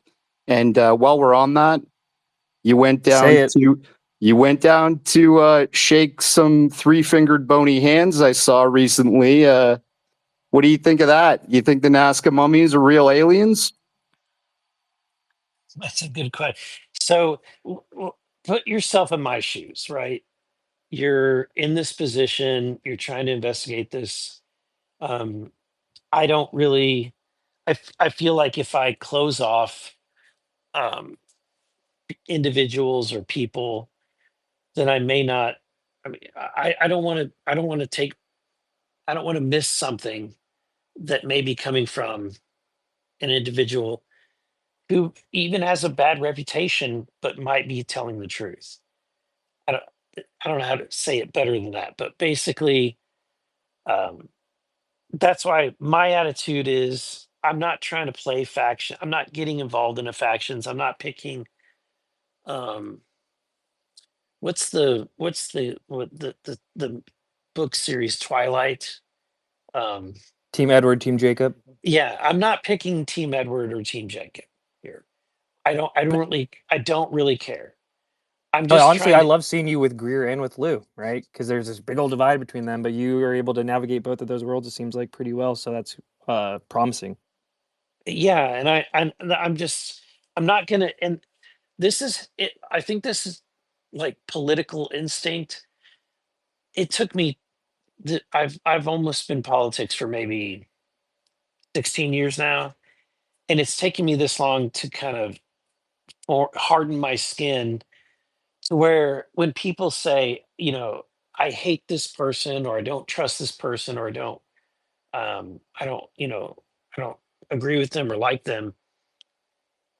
To be able to stand up and say, I understand that you've got that issue, but they've not lied to me. I don't have an issue with them, and I'm not going to let you dictate to me my opinion of that person. You're being diplomatic. Right. And so that's kind of what I have to deal with on a consistent and daily basis with this topic. Is just the criticism from others, and this attitude of, well, we don't want to talk to you because you're talking to so and so. That's something that we just that's kind of the Jersey Shore drama that I have to deal with. But just back to, I had a couple questions in there, so I'll slice it down a little bit here. Are there whistleblowers that you have found to be bogus? I don't want to ruin anybody's credibility, but I would say there's some that I don't know that what there's I believe I've not had whistleblowers come forward that I think are lying to me. I but I've had people come forward that I believe don't have a full grasp on the truth. Okay, possibly delusional. Um, what about the Nazca mummies? You think they're digging aliens out of the ground down there, or do you think it might be all for show? I think that the mummies that I saw are probably fake, the ones that were in Mexico City. I was hoping that I was going to see the larger mummies, the ones that Jesse Michael just recently saw. But that was not the case. So I guess in order to see those, you got to fly to Peru, with special permission. And Peru is not exactly, and Mexico City is not exactly the safest place um, to go to. But Didn't they attempt to steal the Boogosphere or something while you guys were That's there? right. Yeah. somebody attempted to steal it right the day after I left. Well, that's why we appreciate you, Congressman Burleson, putting boots on the ground and even going out there checking this stuff out. I mean, the fact Yeah, that and you I went down there, and again, to remind the audience, I recall, Eric, you went down there because Grusch suggested, hey, you know what? Some of the stuff I've come across on in paperwork matches the Maria. morphology of the larger mummy that's down there. Maybe go check it out. Am yeah, I correct eh, there? yeah. Let me nuance that. Like Grush did not tell me to go down and spend time with Greer and Heine Masson. In fact, he kind of warned against that. But what he did say is that there is that there is that the mummies that he's seen and the larger mummies that are in Peru um, are consistent with things that he's seen in his time of his official time, and Cool. that they were worth going to see. So I went there hoping to see, um, hoping that those would be the mummies that we were going to see. Turned out that they weren't. And but the other reason why I felt that it was a worthwhile trip is that there were U.S. scientists that contract with NASA that were headed down there to take samples of the Boogosphere. And if they're going to if they're going to take it seriously and be there and take the samples, I wanted to be there to see it for myself and to see them take the samples myself. Have you seen the video of the Boogosphere with a fishing wire carrying it across the sky? And that's probably the last one, Darcy. Love you, brother. For sure. Uh, we're gonna get some divine Yeah, feminine in here, but answer that and I've seen people like recreate that, and frankly, I would not be surprised if that was the case. That it was an object that was being held by like some kind of fishing net from a crane or something. And that's more than fair because it's a big claim. It requires a lot of evidence. You know what I mean? Looking at a spherical metal ball in Mexico City is, you know what I mean? I can imagine having mixed I, feelings there. But let's move on to the next. We Hey, got hey, let's David. Tupa, go. can I squeeze in real quick? I got to get off here in just a second. Just got Go for two it. quick questions. Hey, Eric, how's it going, man? I had a couple, just two questions for you, really. Have you and the task force, have y'all spoken to Jay Stratton at all since it was put together? No, we have not.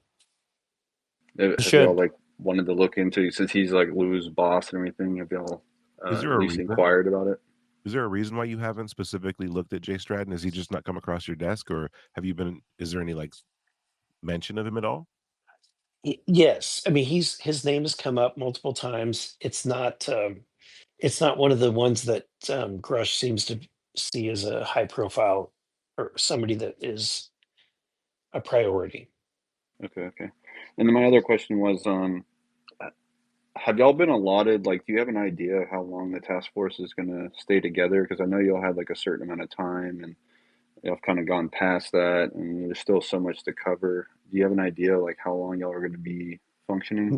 Yeah, my guess is till the end of this year.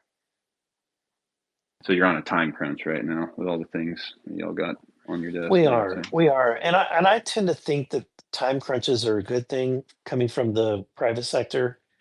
Um, you only really accomplish things if you set a deadline. Cool. Actually, on that, I got a question too. What are some things that the everyday UFO nerd can do to help all this effort? You think the person listening right now, what could they do to help?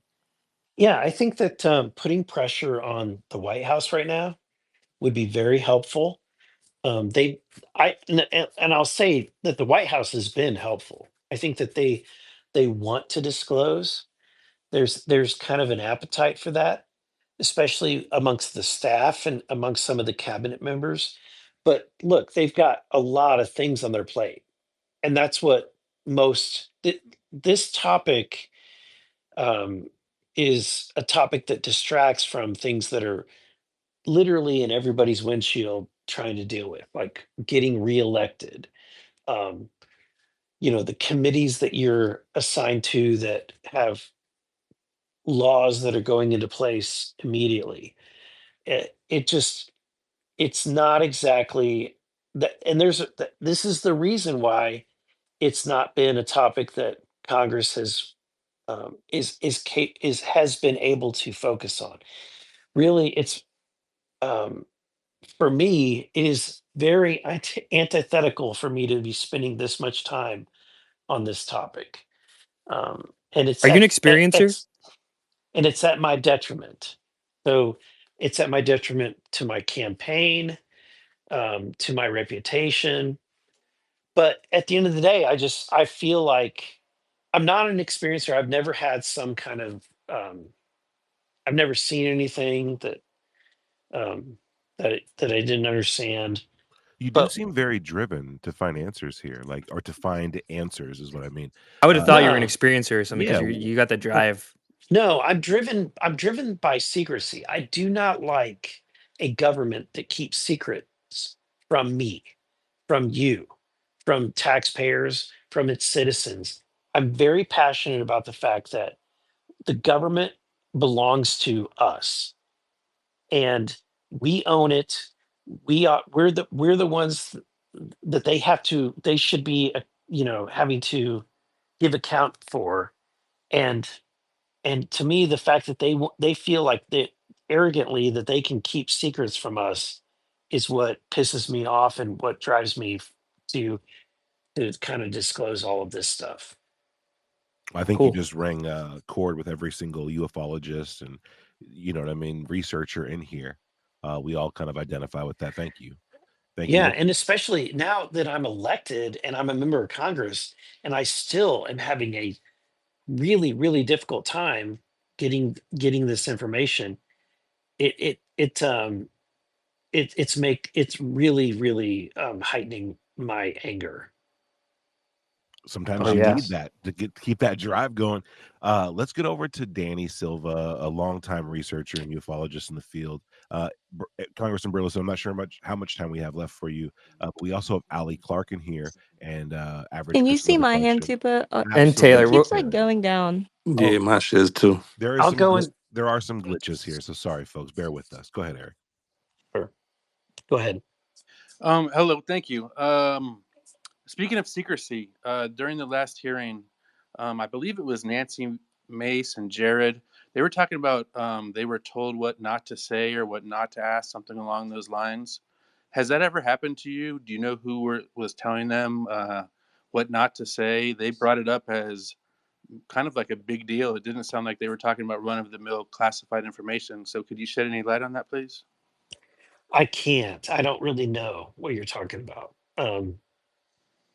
I've not been told what I'm not allowed to say. And just to follow up a little bit, they said that during the hearing. So I think a lot of Americans, when they hear something like that, they lose faith in the hearing process. And it was kind of it wasn't followed up on a lot, but to me, it was pretty big comments. I'm not following what you're talking about. I'm sorry. Um, That's all right. I'll have Thank to you. go back Yeah, and look. maybe we could pull the clip and post it on your account or something like that. But thank you for your time. thanks, Danny. Sorry, We'll I go don't to remember it exactly, but we're happy gonna to get take a some look. female energy. We'll go Allie Clark and then Taylor and then experience. Hey guys, I'll be quick. Hi Eric. I wanted to clarify this and ask it because it's been asked by several others when I mentioned this in a space. But when Ron James and I met with you back in November, I believe, you recommended a book to us, and I thought I wrote it down and I cannot find it. And I'm wondering if you happen to remember what the book was that you recommended to Ron James and I. And you said something about that it had helped you sort of reconcile your religious um, beliefs Oh yeah, with the UAP narrative. yeah. It's a book by a guy named Timothy Alberino, called Birthright, and it honestly, this whole topic just kind of as someone who's a born again Christian, it kind of it is kind of caused me to not really rethink my beliefs, but rethink the passages in the Bible that I have known since I was a child, and just and see them from a different light.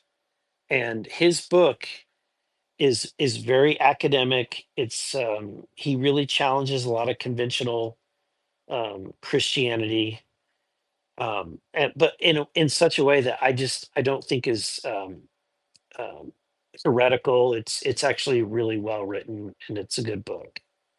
So yeah, Birthright by Timothy Alberino, and recently he wrote he did a presentation on another gentleman's book named David Flynn called Sidonia, which is really kind of the ancient, like really the origin of all the ancient aliens stuff. David Flynn was ancient aliens before anybody else was. Is And Cydonia a reference to Mars? yes, Okay. It's called um I don't remember exactly what the title is, but it's David Flynn's book, Sidonia something or other. And what's really fascinating about his research is that he pulls together countless ancient religions and ancient civilizations and their and texts and like structures and megaliths, and kind of creates a narrative that that kind of pulls everything together, and really has quite a bit to do. He doesn't really kind of say aliens per se. He kind of he talks about civilizations that are off world, that had an influence on prehistoric Earth. Oh wow. So it's an interesting book, Sidonia, and it's a book that's out of print. So if you try to order it on Amazon, you're looking at $2,000 a copy. Um, the only reason why I have a copy of it and that I've been able to read it is that I met the family of David Flynn, and they had a copy of it.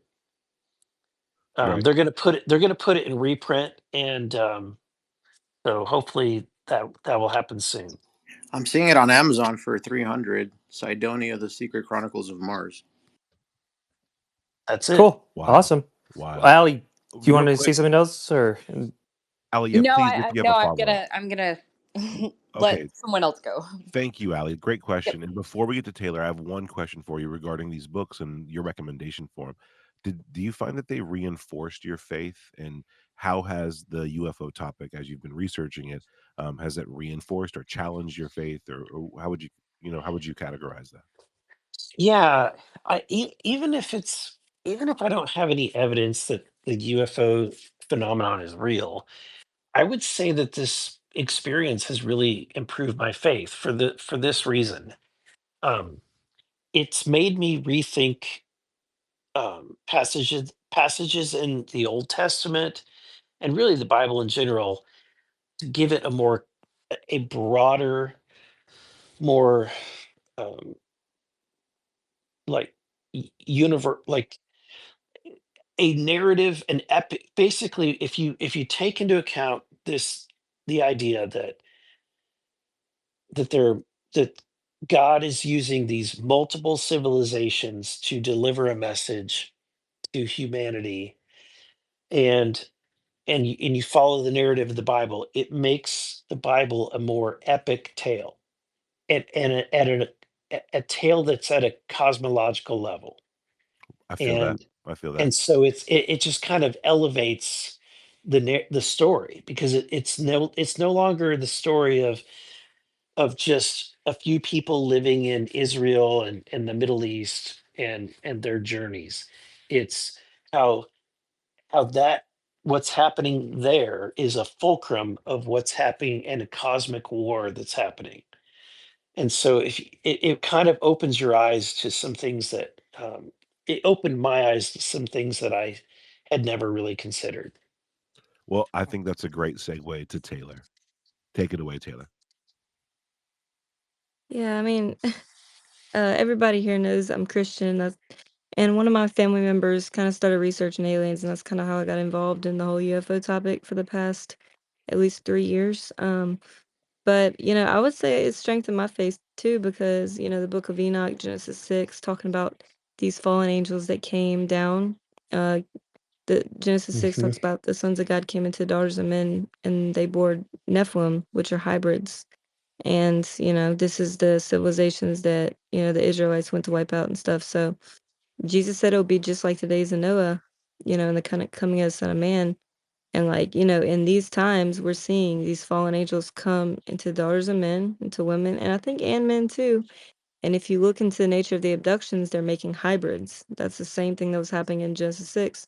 And Anna Paulina was recently talking about that too. And yeah, it's very interesting. I do think that if once you actually look into the evidence, there's a strong interdimensional connection, just like Joe Jordan from MUFON found you can end abductions by calling on Christ. I think y'all should have him go testify too, by the way. But apparently, MUFON was trying to cover up that aspect of the abductions that it's highly spiritual and it's not purely physical.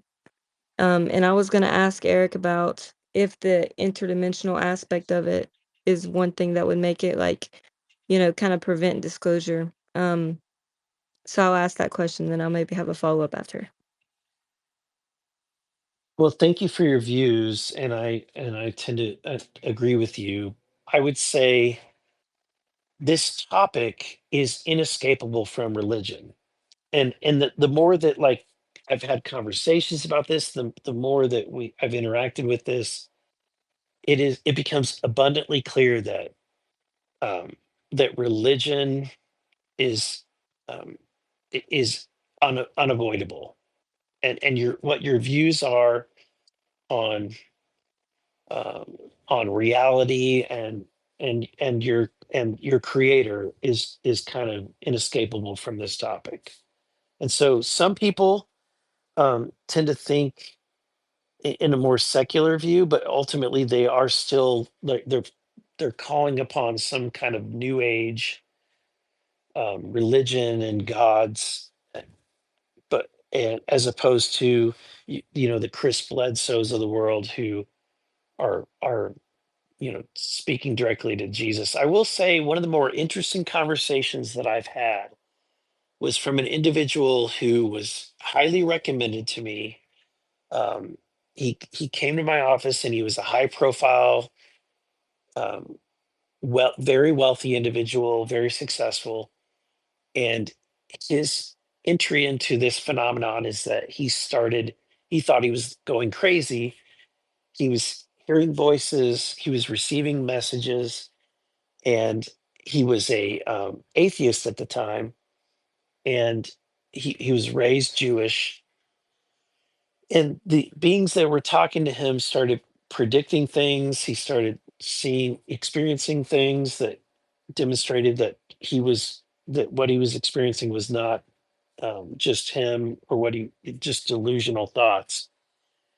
And he was told by whoever or whatever that was talking to him over the course of the last couple of years, he's learned that, and what is his paradigm is that what these things are telling him is that Jesus a was a real figure that was the Son of God and transcended his human nature and was capable of doing things beyond kind of he basically hacked the system, if you will, almost like a neo. This is the way that this guy describes it.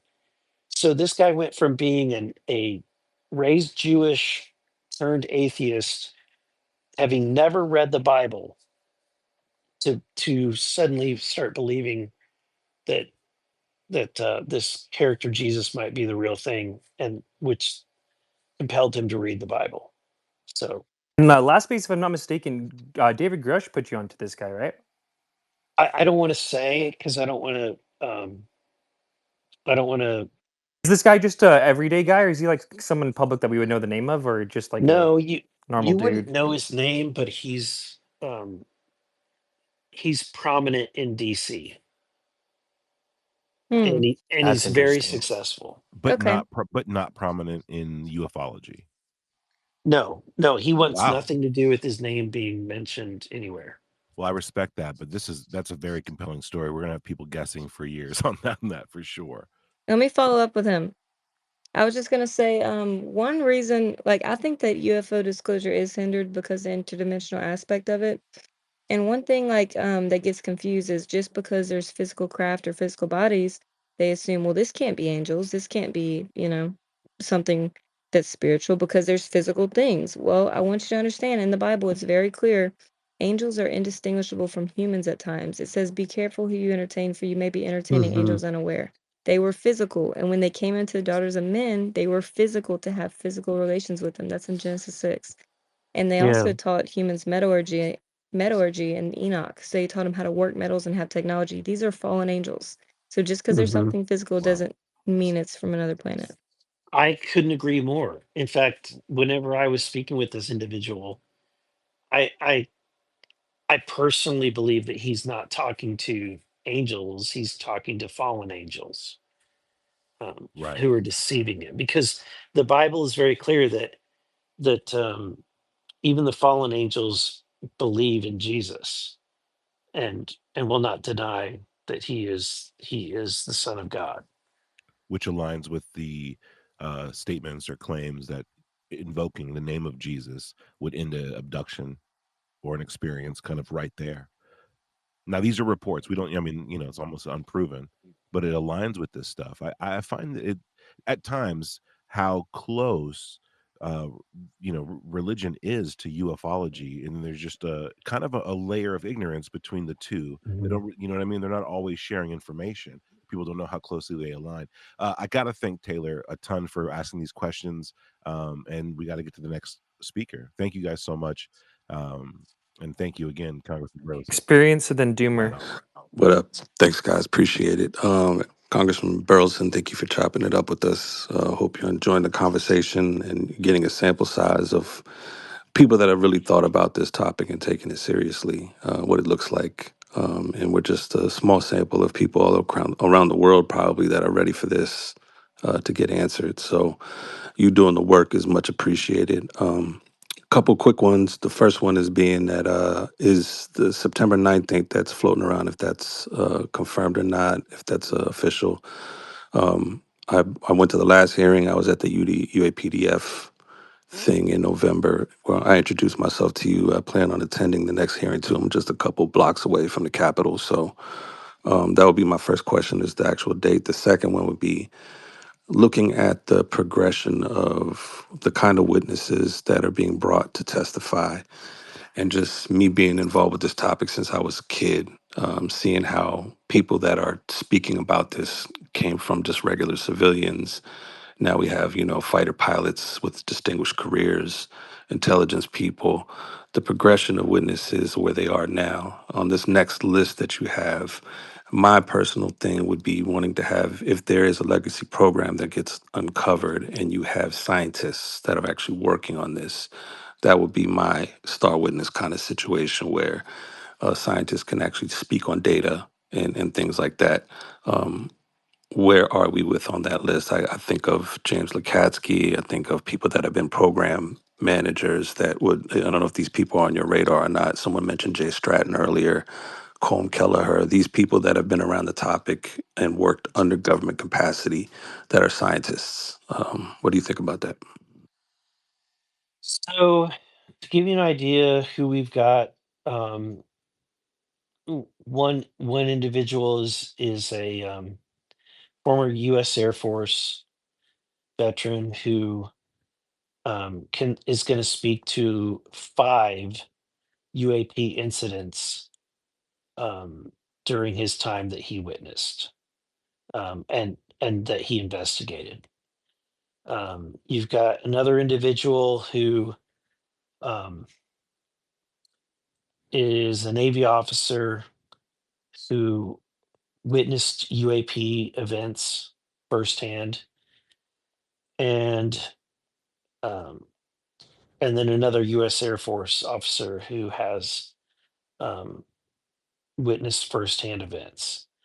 So we've got and I'm not going to give their names, but those are the individuals that we've been working on. It's we often have people trying to get, that have already come out publicly, and I think that a lot of people some people want those, but I think that what's better is if we bring forward some new perspectives and people that that have not come forward until this moment, some fresh witnesses.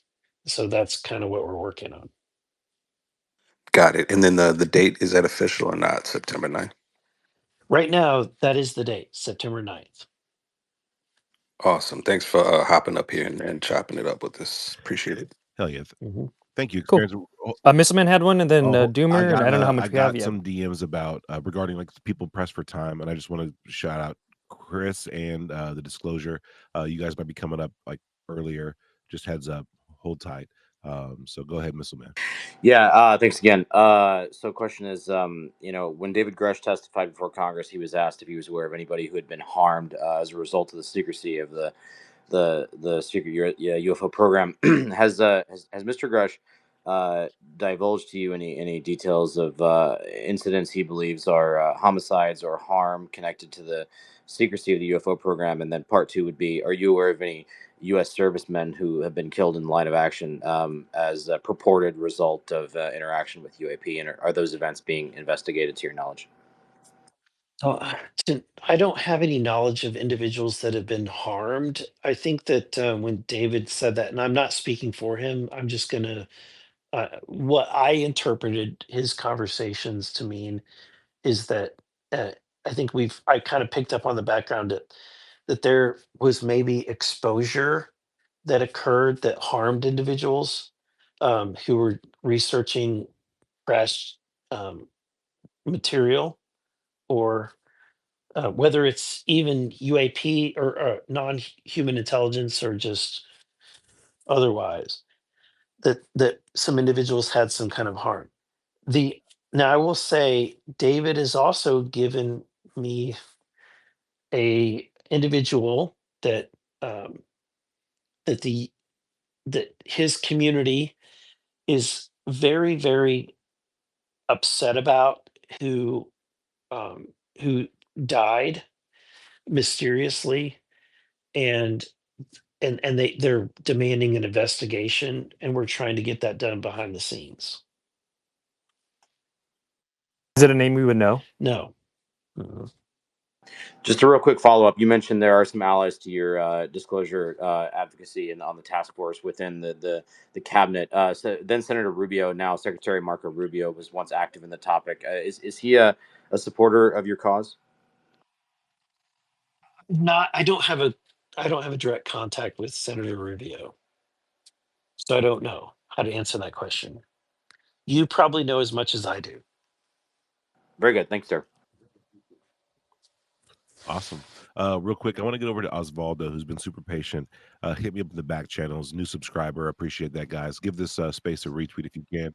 Pay to play. Osvaldo, go ahead, man. And then we'll get over to Average Chris and then Doomer. Hello, Thank you, guys.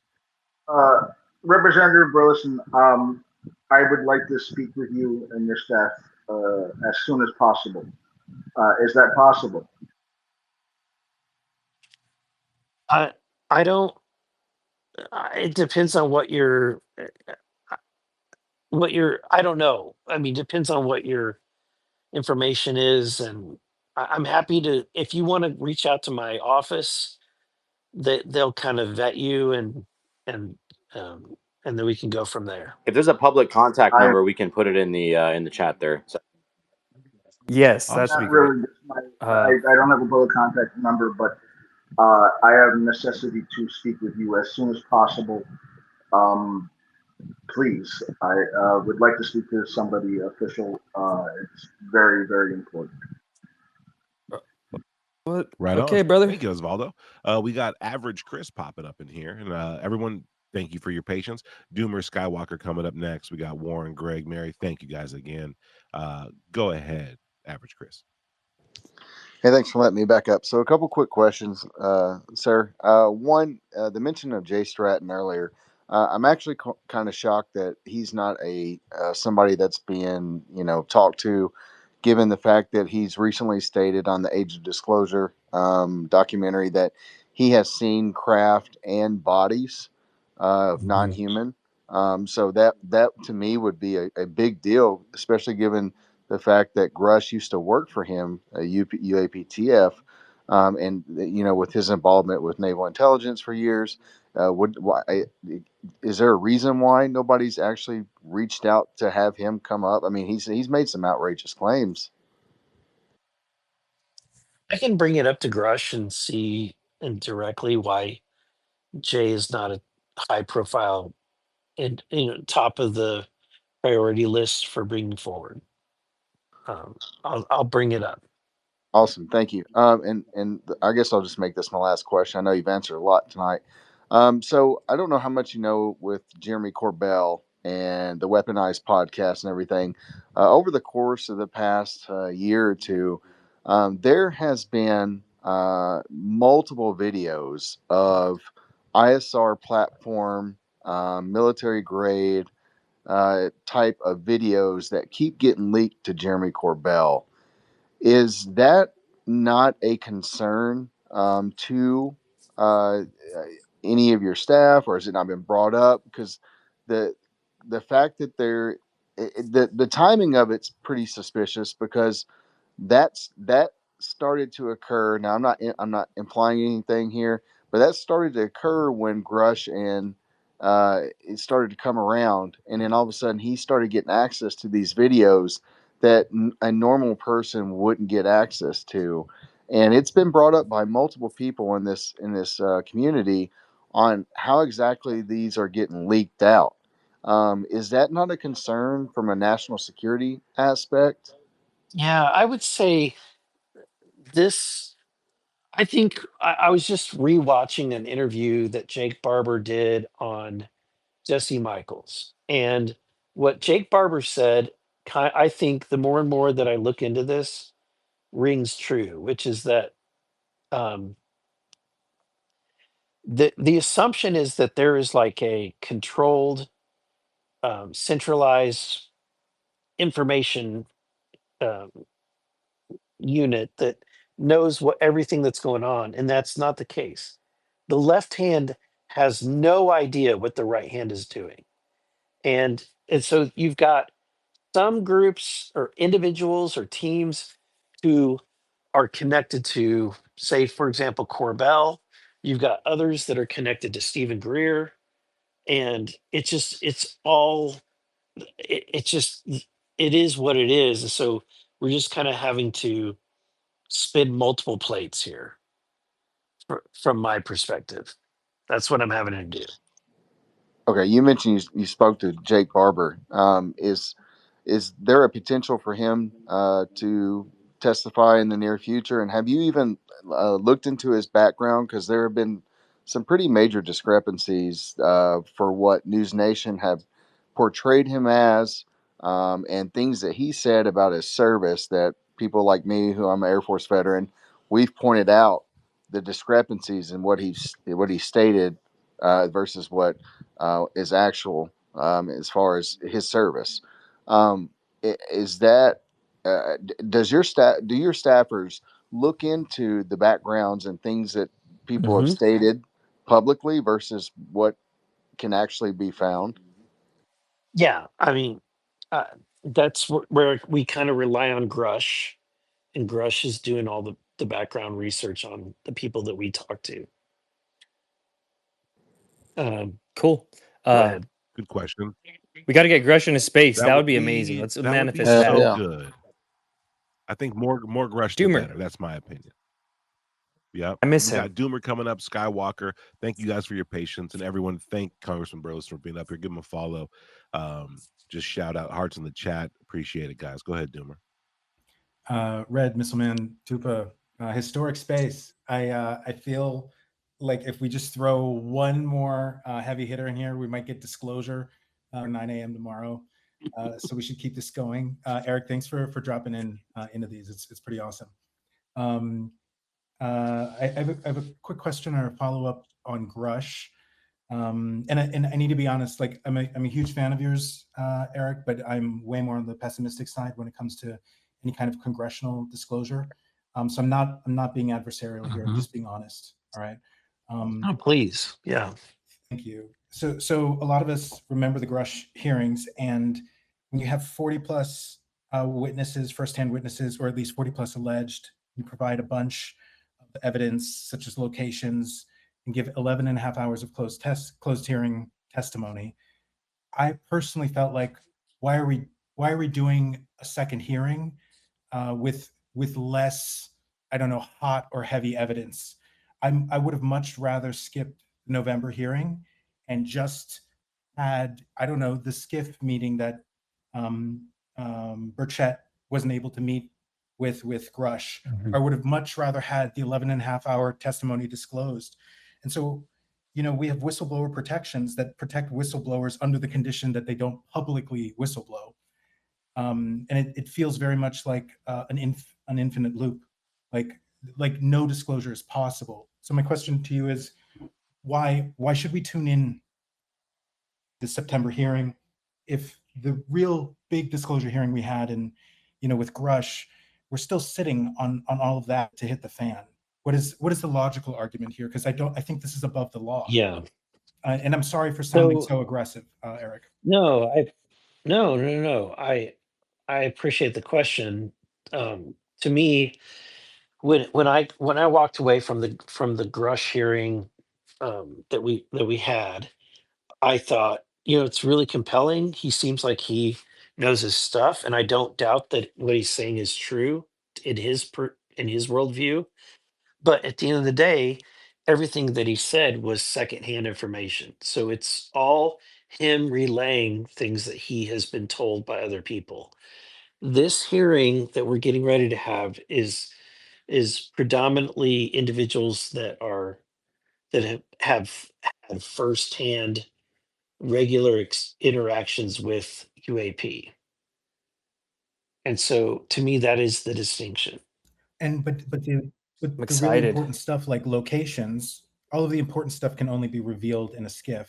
So even people, isn't the explosive stuff going to be not in a public hearing?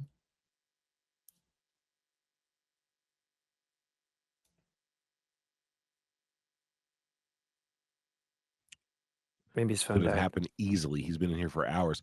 He's got to work tomorrow, y'all. I know this is wild. He's on the East Coast too. All right, so let's Oh, really? give him a Oh, yeah. second. And round of applause, guys. Please retweet this space out there. Get it out there. It truly is a historic space. Pray for Osvaldo. And just tell him thank Don't know you. what that was I'm about. gonna drop down. You guys just tell him thank you for giving me an answer to Will my do, question. will do, Doomer. You know us. We don't got dead space in these spaces. But as Eric gets his, the phone together, whatever it is, think about any kind of questions you guys might have. I really do. We'll do just one rapid fire, not like Yeah. follow We up. might be in. We're This is running lightning down. round. Okay, make the questions more important, but you're going to get less time. That's just the way it is. All right. He dropped down there too now. We'll So, see. We'll see if he can come back. what stood out to you, Tuba and Miss Man and panel? Honestly, I'm overwhelmed. I'm going to be dead ass. I'm overwhelmed. I'm going to have to go back and listen to this. There have been a couple jaw-dropping moments and things that have been said that I did not know, that have been not only confirmed, but sometimes ignited, things I had no idea of, didn't even think to ask these questions. I want to thank the audience and the speakers for popping up and asking those badass questions, dude. Shout out to Paranormal Chris. He pressed hard on the situation over there with Elizondo. People need to ask these questions. I love that everyone is like pressing their thing. No one pressed It's like Osvaldo, expected, but though. kind of endearing. Osvaldo is an example for everyone. Let it be a lesson to everybody. That's how you represent urgency, dude. I don't know. Let's hope he gets that figured out, though. Do you think he was talking about Amy? Why do I feel like my brain just immediately went to Amy? I don't think it's Amy. I think there's a suit in government I've heard mention of. I don't know much more than that. Well, I'm going to hit the submarine. There's also that one Melon talked about. Nice. No. Yeah, you're gonna hit the submarine. Eric's gonna hit Antarctica and whistleblowers. Chris was gonna, of course, hit the stolen valor. Ken, of course, was gonna mention his fucking resume. Sure. We were gonna talk This about was Lou. one of the rare spaces where I it's was fun. in the DMs because I had two awesome co-hosts up here handling business. I want to thank all the new subscribers, people popping up here. it really helps this stuff kind of keep this going forward. I had no idea Burleson was going to be able to pop up here. No idea that was going to happen at all. I just wanted to Sorry keep the about that. conversation going. You know what I mean? Oh, he's back. He's Wow. back. Hell Wow. yeah. Eric Well, Roseman's back. hit it. No, my phone went dead, so I just plugged it in. As Spaces Spaces will do that. veterans, we almost intuited that in the time. You got the bug like us, Eric. You want to know too. We're up here. We're here all the time listening and trying to piece together And I stuff. didn't want you to think that I was avoiding the question. Can you remind me the question? I can't because I don't recall, but if Missile Man or Red or anyone else in the speaker panel remembers what Doomer said. How can you have faith or confidence in the process when it's a little bit circular in terms of the manner in which you get secrecy adjudicated by people being allowed to come in and give classified testimony versus public testimony? The juiciest bits are going to be classified.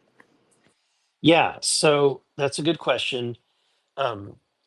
The goal is to figure out a way to take what we learn in a classified setting and disclose it without jeopardizing national security.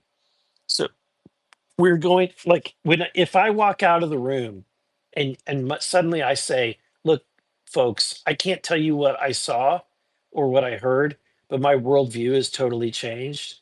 That I, we're those are the kind of things that that I think that we can at the very least do.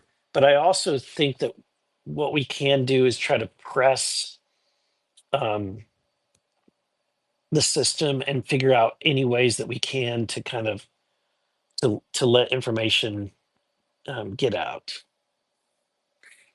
Because I think that the intelligence community wants disclosure to happen. They just want to do it in such a way that nobody goes to jail. Really. And also, is there and then we'll get to the other hands. What's the China situation in relation to all this in terms of like their reverse engineering? Honestly, AI, kind of plays into all this stuff too. Is that kind of affecting our timelines with things? What do you think about China amidst all I these would discussions? say China is the level of espionage that China is doing and has been doing on the United States is shocking. And it's something that for me, until I was elected to Congress, I you kind of think that they might be doing it, but they're so blatant about it. That's what's shocking to me. I have a question for And you. Oh, sorry. and a Go lot ahead. of the things that they're doing is conventional technology, like the balloons, right? Um, they're very creative, but I wouldn't say that what they're doing is radically new tech. Creative but not innovative. Right. Yeah, Tupa and then quick the hands. question. This is in regards to Ali Clark. Something that she said in a spaces kind of somewhat recently about almost a movie recommendation she received from Lou. Now, Taylor earlier mentioned the idea of angels presenting themselves as people, right? And Ali was recommended the movie Meet Joe Black, in which the angel of death takes over the body of Brad Pitt. And that's basically the movie, right? So, have you received any movie recommendations regarding this at all, or does that ring a bell or ring true to anything you've heard? No, I have not. Cool. I've not. All right, we'll slide right past that one. Skywalker's coming up next, and we got Eric Hecker up here, who himself is a whistleblower. Thank you, Eric, for being up here. And then we got Local 5. Everyone's here, so go ahead, Skywalker.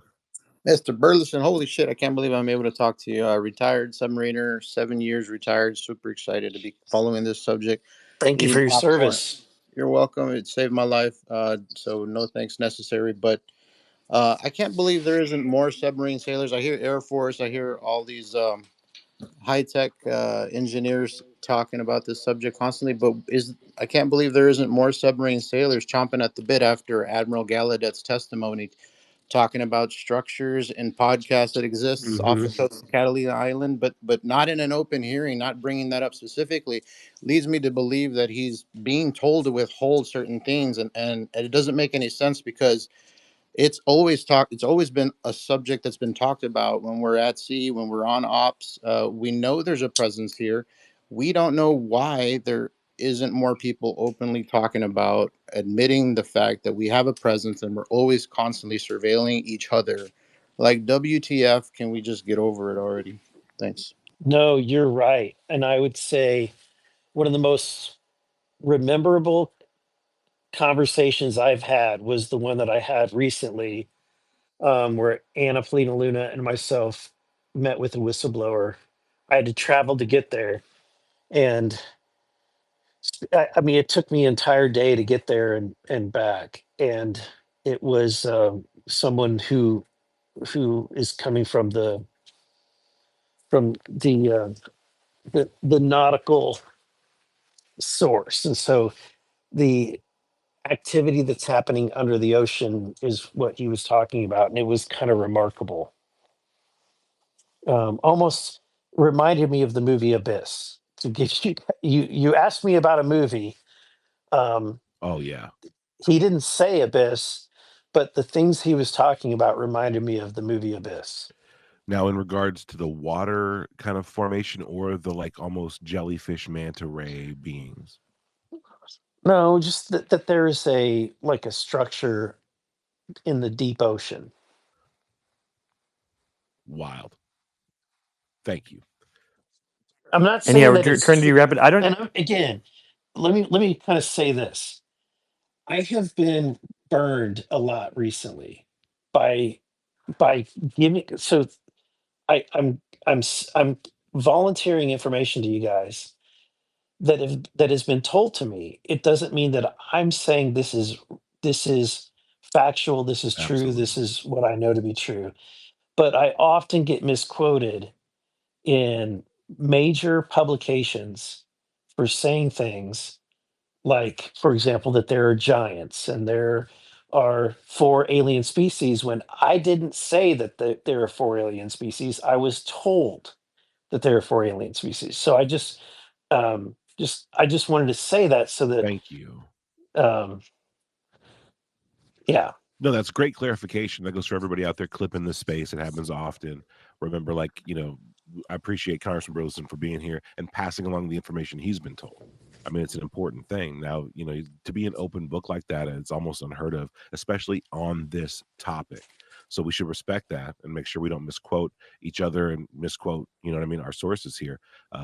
He's passing along information that he's been told. Keep that in mind, everybody.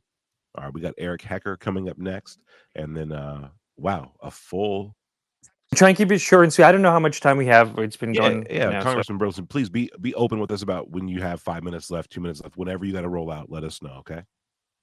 I'm good. Cool, awesome, man. All right, hell yeah. Eric Hecker. Hello, Congressman Burleson. My name is Eric J. Hecker. I'm a whistleblower that testified in two skiffs in June of 23 in front of the Senate Intelligence Committee and Arrow. I doubt that you have heard any of my information. I am very easy to get a hold of. I am unfortunately of the position that the whistleblowers that are trying to get information to people like you have a lot of factions in between you and I that prevent us from discussing things with each other. I spent a year at the South Pole Station in Antarctica, and I would like to talk to you about directed energy weapons at some point in the near future. I would love to talk about that. Well, you also spoke at the Greer event, right? I spoke. That was right before the Grusch hearing too. I spoke right before the Grusch hearing. I think the whole Grusch thing, you mentioned Jesse Michaels earlier with Jake Barber. I don't know if you caught in that interview that he stated publicly that when he went to Washington, D.C. in June of 23, he went there representing a faction that was to gather information on whistleblowers to arrest for the FBI. So to present himself as a whistleblower now is the biggest bunch of bullshit I've ever seen in my life, sir. And I would like to communicate with you about what's going on with disclosure. And we, the people, need the truth. Yeah. Cool. Well, I Thank would you, Eric. say reach out to me through my official channel on my website, or if you can through Twitter, and we'll try to get connected. I have tried to reach out through you for Twitter. I don't know the proper channels to get a hold of you, sir. Anything that you can do to help would be appreciated. Just give him a follow, and then Okay, you guys will be able to DM. I'm putting the website in the nest Thank you, right Red. now for the office locations with the phone numbers. I was actually, in college, I was a staffer there for a little Hell bit, yeah. so I've been on the other end of those phone calls. Thank you, Panda. All right. If you Yep. guys can get me that info, I'd really appreciate it. Will do, Eric, for sure. Yes, sir. Eric's been a long time contributor in Spaces here, being very open with his experience and his point Thank of you, view. Eric. Yeah, Very appreciate it. helpful. Awesome, man. Awesome. Now, I lost track of who's next. So, Missile Man, Red Pan, if you guys want to help me, that'd be awesome. Everyone, thank you for your patience. Thank you guys for being up here. Special shout out to Grider. Great work, Grider. We also got Locals and B up here and 5x5 finally. Thank you, guys. We've had the I think it was Greg and then and then Mary and then Local then. But let's let B go first because she's a woman. We love We her, do and then we'll love go B. Greg. B, We love her. go Go for it. ahead, B. Thank Grider. Great work, Grider. Sure, I'll be real quick. I'm so sorry. Hey, thanks. Representative, I would love to know your thoughts. I've been searching for more information. We've heard a lot from the different members of Skywatcher that they were directly involved with the New Jersey drone lab, utilizing psionics and technology. I'm wondering if there's anything that you can share with us to give us more information and knowledge about that data point that of their involvement, and was the dog whistle involved with that?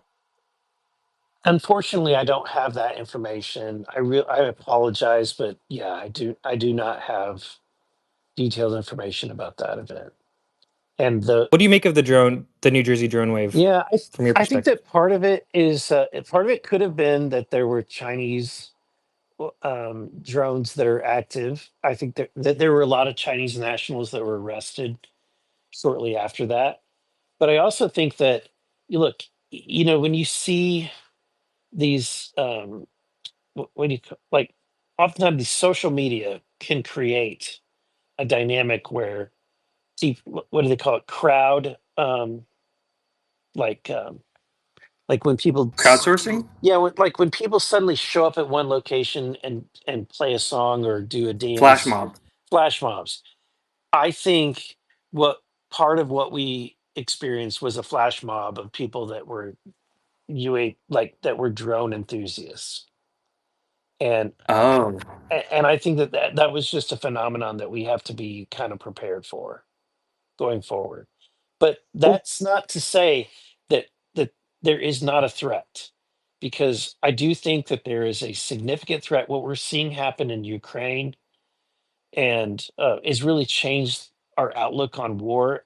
I'm not trying to name drop, but one of the coolest things that been able to do as a member of Congress is have dinner. I had a dinner with Elon Musk and Donald Trump, and at the dinner, Donald Trump asked Elon to tell those of us that were there what he had just told Trump about how warfare has changed because of the drones, and they went into great detail about how the that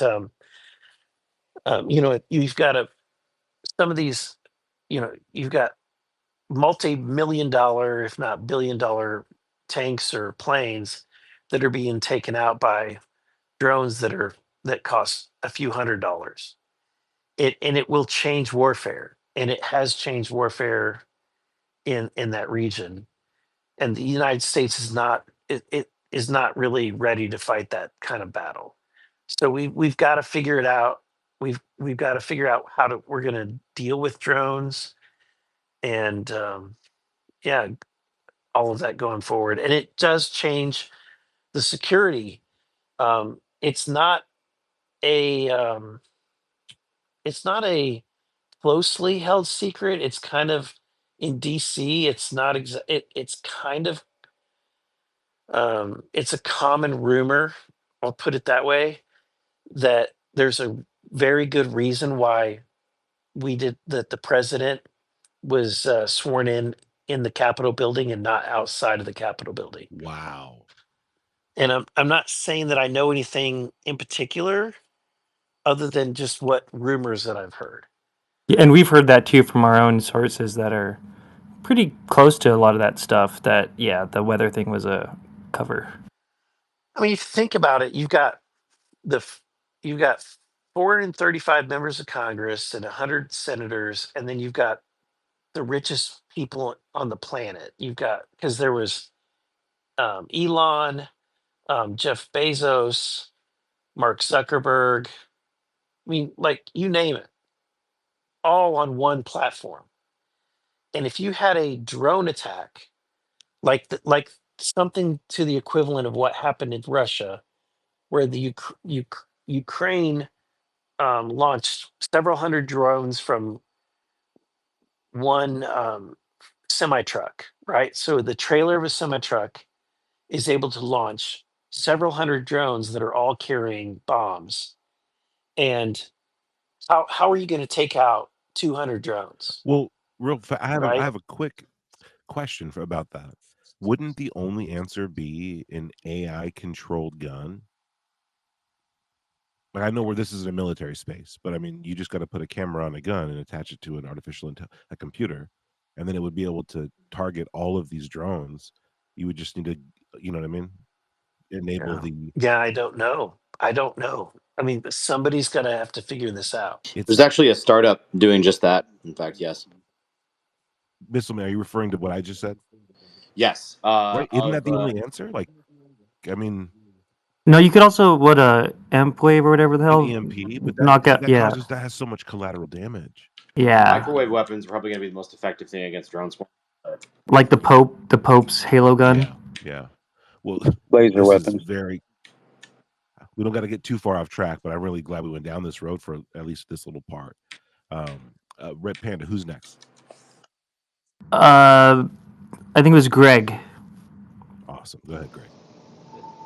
Hey, how's it going? Pretty awesome to speak here. I just wanted to. Can you guys hear me? Yes, sir. Yes. All right.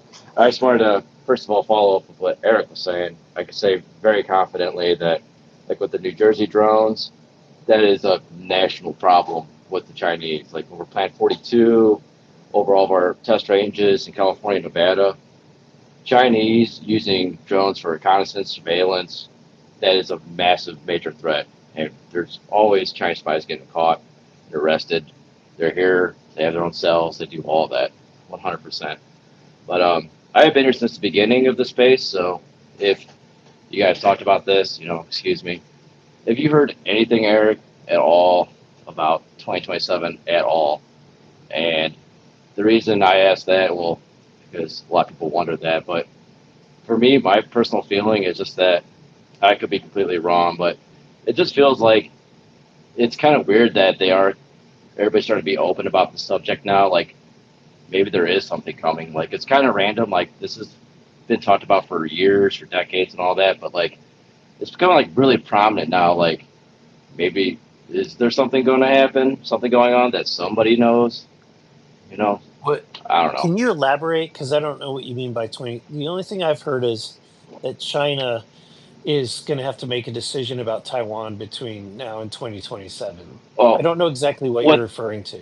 Oh wow. Oh, well, I'll just, at first with the drones, I was talking about drones in general with national security, with drones flying over sensitive areas. But just with the 2027 ordeal in the UFO world, like people like Ross Coulthart and other people, they said that they have heard rumors about something potentially happening in the near future And pertaining Bledsoe. to UFOs, Yeah, UAPs. yeah. Right? Like there's some kind of event that's going to happen, and take it with a grain of salt. That's why I was asking you if you heard anything at all, any kind of rumor from anybody that there's Pole word shift, through the alien grapevine. Yeah, invasion, basically, imminent thing. bro, listen, there's a ton of doomers in the Right. community who think the world's going to end for this or that reason in 2027, and certain people like Bledsoe have talked about it. And I actually want to get into this with you too about certain things that maybe Elizondo's lawyers have talked about, or people in the UAPDF have talked about recently regarding the end of the world. But that's the 2027 reference I think Greg's making here. Yeah, I'm not familiar with that reference. I'm sorry that I'm not. You're not important enough to Yeah. get the bunker space, Eric. I guess I've not been invited, so I'm not prepared. What a bummer way to find out, right? Dang, dude. Right. Right. Thank you, Greg. I think next was Or, and then Magenta. Hey, what's up, Or, everybody? Howdy, hey, Or. howdy. Hello, Mr. Burleson. Thank you for approaching this topic with such openness. Um, I'm one of the many whose lives have been changed by encounters with intelligences and phenomena you've described. For us, disclosure is not abstract, it's an ethical issue. So, as you can imagine, it's maybe made things kind of odd, you know. But consensus reality is not uniform, so, you know, some people are uplifted by these experiences, like myself, and maybe to some degree broken. Um, but clarity would vindicate experiencers and help humanity rise to higher understanding of the universe God created, right? And yet these bad faith actors still stand in the way. And destiny, you know, is not meant to be controlled by a few. It belongs to all of us under God. So thank you for seeking truth on behalf of all these people here. I'm always praying for the daily success of your team. One question. I saw your picture with Mr. Greer and Mr. Batista. Can you open up a little bit about that visit if you haven't already? I haven't really been in here that long. Yeah, I had a meeting in my office with Stephen Greer and Michael Bautista and Michael Herrera, as well as some others. I think um, Jesse Michaels just interviewed one of them recently. Oh, Castle. Yeah, Mr. Castle. So there was a good meeting, and yeah, so I didn't I after the meeting in my office, I then took him out to dinner and bought him all a Mexican dinner. So that's the extent of that. Nice. All Did right. they order I think fajitas? next. Did anyone order fajitas? Yes, I'm I sure that knew it. I and I'm a chimichanga guy, so that's what I always get. Yeah. All right, who's next? Well, We God got bless you. Thank you. thank you, Or. Magenta's been waiting really All long. right, Magenta, and then we're gonna get to locals, and then we got everyone else coming up. Grider, UFO intros. Thank you guys for being patient. Great work, Great Grider. work, Grider. Go ahead, Magenta. Yeah, hi, Representative Burlison. Yeah, thanks again for doing this. So I had kind of two big things fall in my lap last Monday. One of them directly involving you, and this was the civilian whistleblower who apparently has been in skiffs, and he's known anonymously as Michael, but had a close-up encounter that he filmed on 4K video in I think in Wichita, Kansas, around 20 years ago. And apparently he was speaking to you as my buddy Paul and I were working with Ivan Hanel on getting his statement out about why he doesn't want to come forward any longer. So I was wondering if you could comment on that. That is that's an interesting um, individual, and I'm hoping to keep that relationship going and try to get more information. Right now, he seems very guarded, um, but um, yeah, I don't. Right now, I think that the problem is the problem is it's complicated things. The fact that he owns a private business and he's seeking a government contract, and he just kind of complicates the whole scenario. So the fact that he's not an existing contractor who's then bringing forward information, it makes it look like he's trying to use it to get contracts. But at the end of the day, I think that I'm not skeptical in that regard. I'm just telling you what I'm having to deal with. I think that he is I think that he's a patriot. I think that he's someone who wants to protect the interests of the United States. He's been able to get these videos and photos. I've only seen one photo and one video. Um, and I will say that whenever I have talked about those photos and shown them to people that were in the know about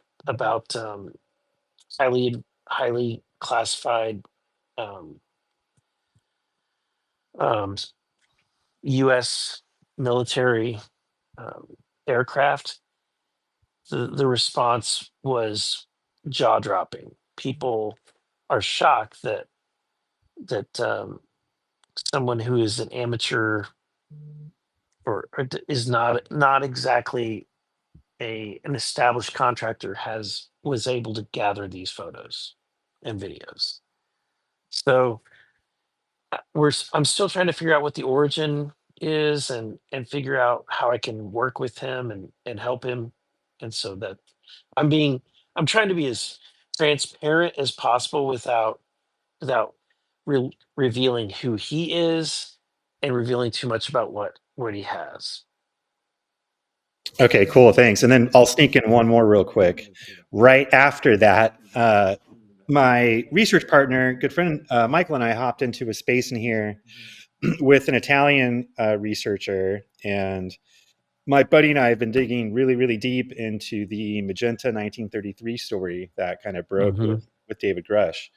And one thing that this researcher told us was that JD Vance went on vacation to Italy recently, and that he actually went there to be briefed on this subject and sort of the history of, I don't know, possibly Magenta and the Italian UFO stories in general. So I was wondering if you knew anything about that, Oh, and if Magenta is that's on your radar, yeah.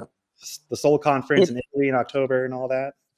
I mean, I haven't been invited to the Seoul conference, but yeah, I am very much aware of the Magenta event and the narrative behind that, and I find it intriguing. And I would love to someday make contact with the Vatican, Wow. and hopefully, talk with some people that or get access to the Vatican archives. I think that would be really fascinating. Cool. Great Yeah, we follow-up know question, somebody Magenta. who's. Appreciate that, man. Yeah, we do know Appreciate that. somebody who is going to be there soon, so we'll let you know. You guys got to connect. And Eric, have you heard of Diana Pasulka or read American Cosmic?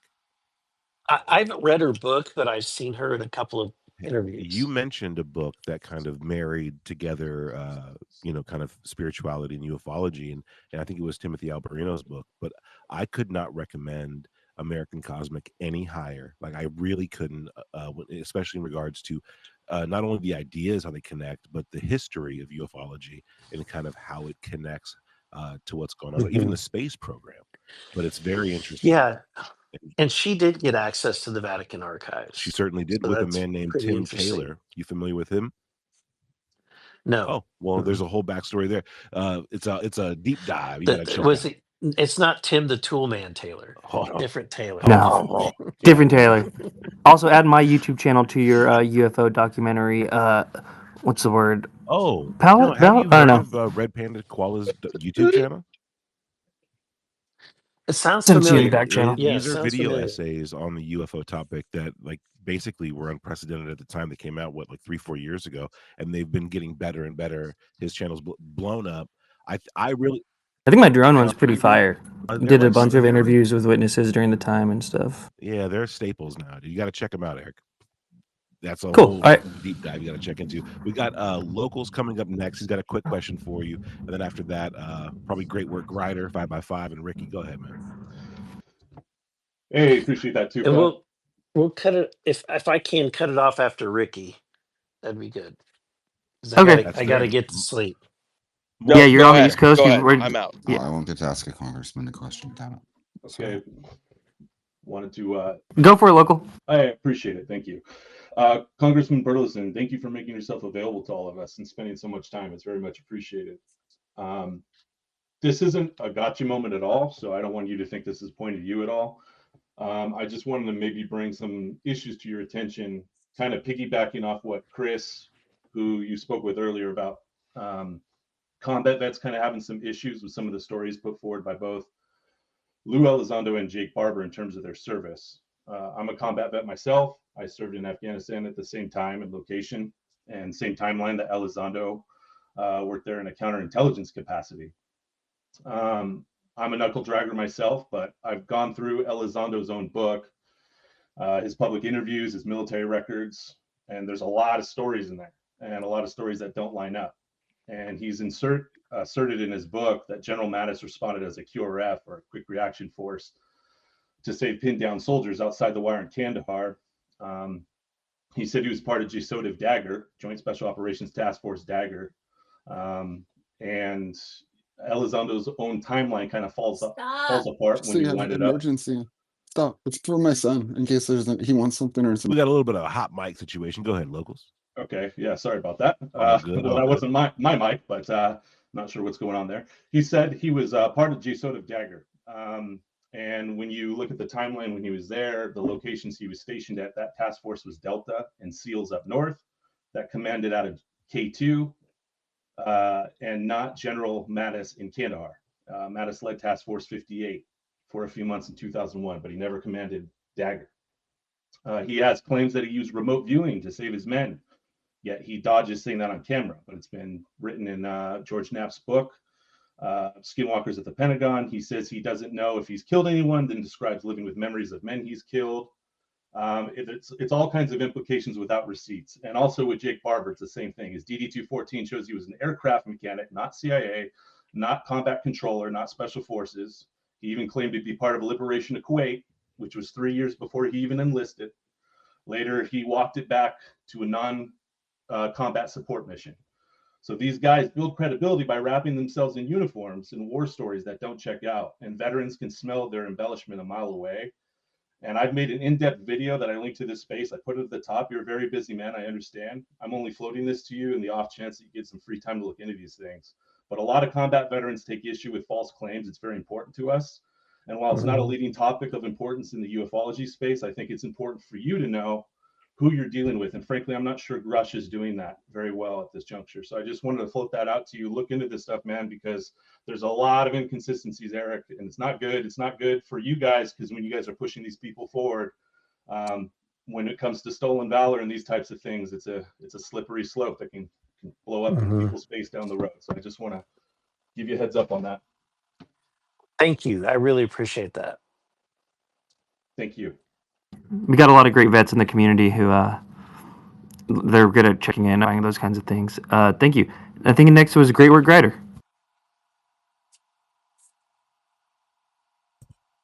Hey guys, thanks for letting me up. So I'm a big fan, Congressman Burlison.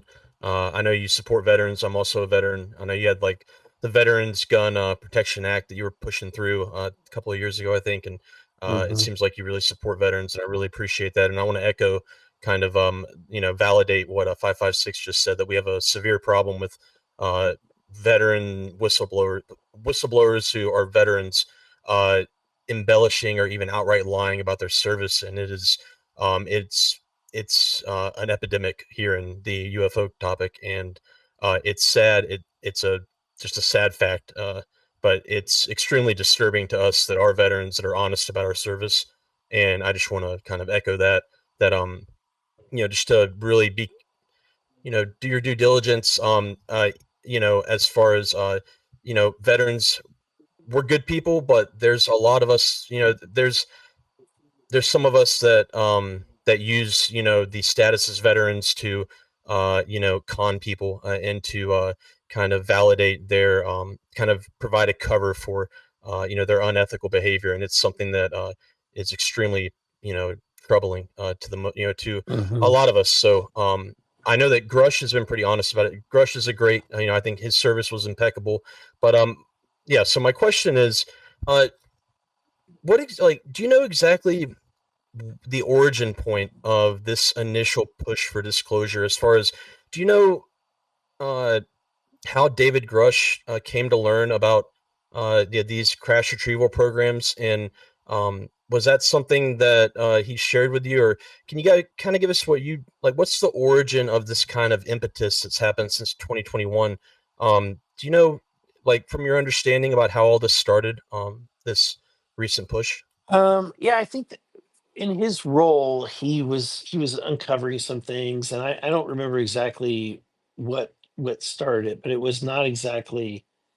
He didn't just jump in looking for UAP stuff. It kind of kept cropping up, and then he was assigned the task of researching it and kind of pulling all this information together. And he was at a, such a high level of security clearance. I mean, really one of the next to the national security advisor, like one of the top, as high up as you can get. And so he was in a position that could actually look into this, which is kind of how this all began.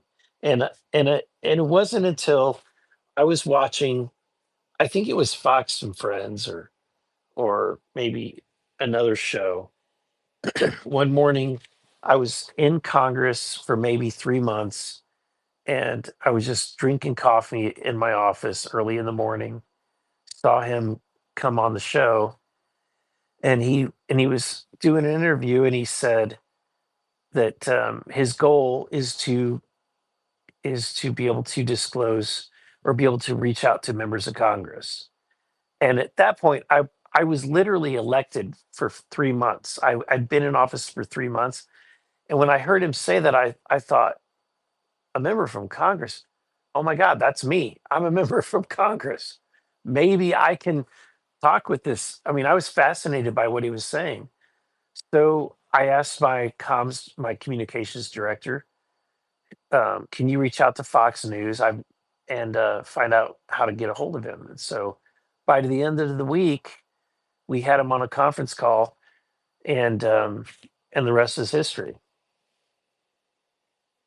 Cool, thank you. Do you know, just real quick, do you know, is there any are there any individuals that are representing like defense contractors that are kind of on the like on the fringe of this push, like anybody that's that's communicating with you guys, or anybody that may be influencing any of this that works for Lockheed Martin or anything? I mean, is the defense industry taking a notice of all this? Are they trying to participate in this? Are they trying to be involved? Are they, I mean, do you know, or is there anything that you can talk I about? don't know of anything really, honestly, related to the defense contractors. I would say um, I've I've spoken with lobbyists of these defense contractors who joke about this. They don't think that there's anything there.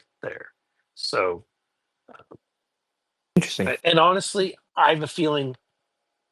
I mean, it's not a feeling. It's pretty obvious. Why would why would these defense contractors, Lockheed, Raytheon, Northrop Grumman, why would they tell a lobbyist in DC what they're doing? They're not going to do that, right? Yeah, They're only going to tell them what they want them to advocate for, which is, nuts and bolts and dollars. So, great way to look at it. right. And so I've not heard anything. Now I will say, and I'm not saying anything that I know personally. I'm saying from interviews that I've seen, um, Jake Barber seems to have been someone that was contracted by somebody. Thank you, and thank you, Grider. Actually, great question, Greg. Great work. Great work, Ryder. And then Ricky stepped down. I want to give this question to Logan, and I want to give Congressman Burlison the opportunity to check out after that if he needs to, and thank him again. Thank you. Thank you for being here. Thank you for all the work you're doing and all the research you're doing, boots on the ground and otherwise. Popping in these spaces is actually a huge thing for ufology because, we find, this is conversation is kind of where it's happening. So it's cool that you're here, man. Logan, go ahead. Hey, thanks for having me. So yeah, I wanted to ask. I was wondering about how like disclosure might actually happen. So like if you found out some information, right, and like say like some UFOs are being held like in a warehouse somewhere, could you just go down to that warehouse, or could they just deny they had like any information about like a UFO being in that warehouse, or like if they were called to testify, could they just like lie even then that they had any UFOs, and ultimately could you actually do anything if they decided to like not say anything about anything, right? Yeah, it would depend on the way in which we identify the information and how we get the information. But like if it's not gained through um, through a secure setting and under an NDA, then it gives us more flexibility. In fact, some people really don't have advised that we don't go into a skiff because then what we learn outside. If we didn't go into so I'll give you the perfect scenario story here. I became friends with Matt Gates. When Congress a couple of years ago, we were all called into a skiff briefing, and it was an emergency skiff briefing that was being organized by Mike Turner, the you know House Intelligence Chairman. And it just so happened that a bill was going through Congress to reauthorize FISA, and conservatives were trying to put into the bill a requirement that if you're going to renew FISA, that you have to that anybody in the intelligence community has to have a warrant before they're going to spy on a U.S. citizen, meaning that they don't need a warrant if they're going to spy on a foreign individual, but if you're going to spy on somebody that's a U.S. citizen, you need to get a warrant. And um, that was highly the intelligence community did not want that. Mike Turner successfully thwarted that effort.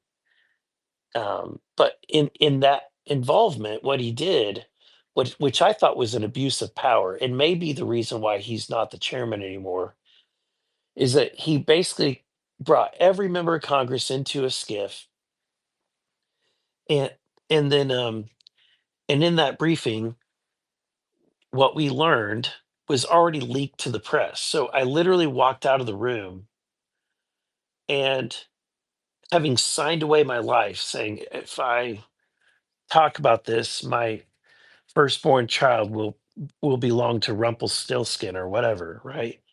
And the press knows as much as I do. As soon as I walk out the door, they can talk about it, but I can't. If that gives you an idea. So I that's just heard in why. the and Jesse Michaels was saying recently that he found out that members of Congress were being told in a skiff some information that actually was bogus, that they were just being lied to apparently. And I was wondering how much of that takes place up there. You get told lies regularly in skiffs that you find out later about. I've not been. I don't know that I've been lied to. I think that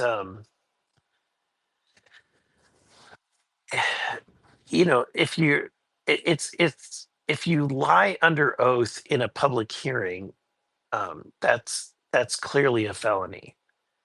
I would have to look into what could be whether or not lying in a skiff is a felony. Great move on getting Grusch, by the way, because to help navigate all this stuff, having someone right real. there. Mhm. Well, he knows a lot too. Greer seems to know a lot about not just the nuts and bolts, but even the theoretical stuff, which I find infinitely fascinating. That's the cool thing about this topic is no matter where you turn, there's something there that's going to grab your attention and be like, this has never been talked about. This has never really been solidified. What is this? It helps drive this topic. It's gonna be epic when Burlison gets Grusch into space. We're manifesting it, everyone in the space. Oh, yes, that'd be amazing. Well, Congressman, it's been hours. I know you got to get to bed. How you doing on time? Is it that time?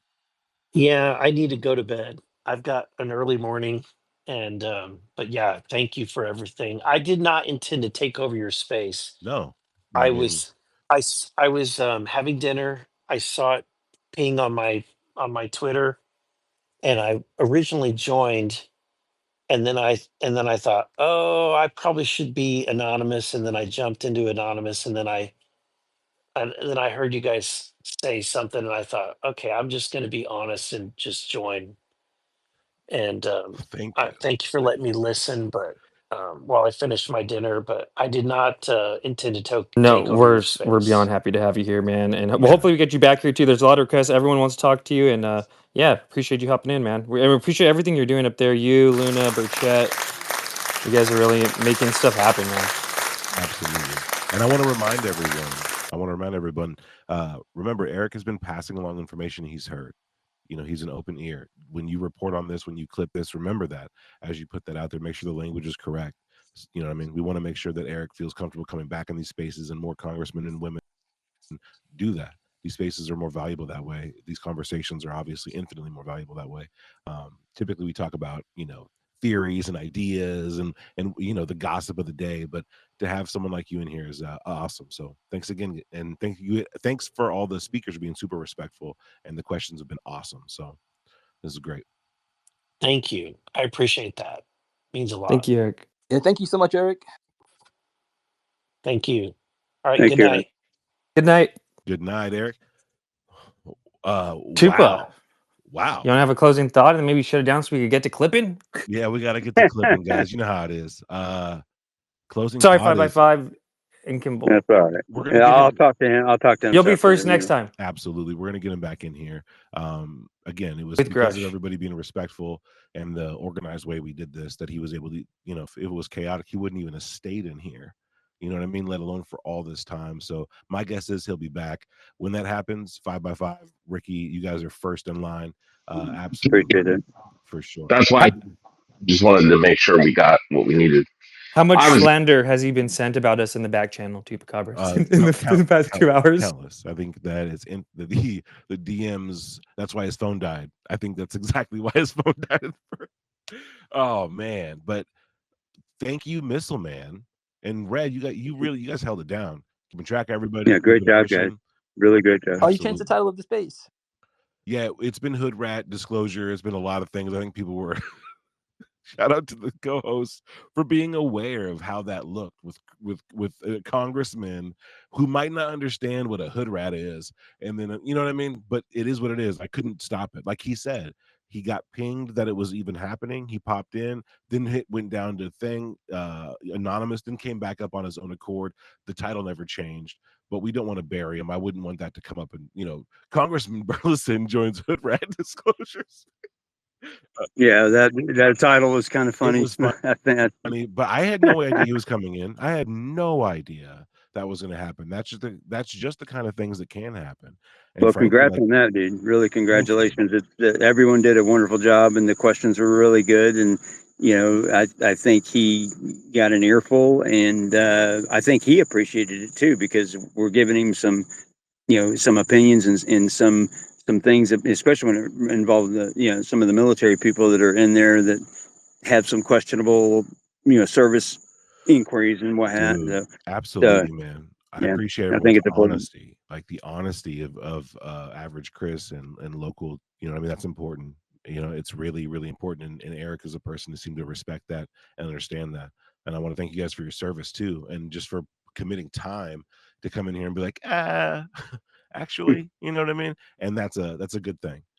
Obviously, when I heard that Grusch was doing his vetting process, I did cringe just a little bit, just a little bit. But then I started thinking about it and said, that's actually pretty good, because he did have a very high security clearance and allows him to look at things that otherwise the average person doing the vetting process would not. And you see that today, 5x5, from Ivan Hanel of all people, that Grusch is like laying down the law on Lou in the back channels or some shit. That's kind of my read. I'm curious what Missile Man's read on that whole situation was, but yeah, I'm interested in that. I did not see it, but I definitely want to. I did hear about it, but I'm really curious. What did he tell? I think he told Green Street that Grusch is like a piece of shit, even, or something like that.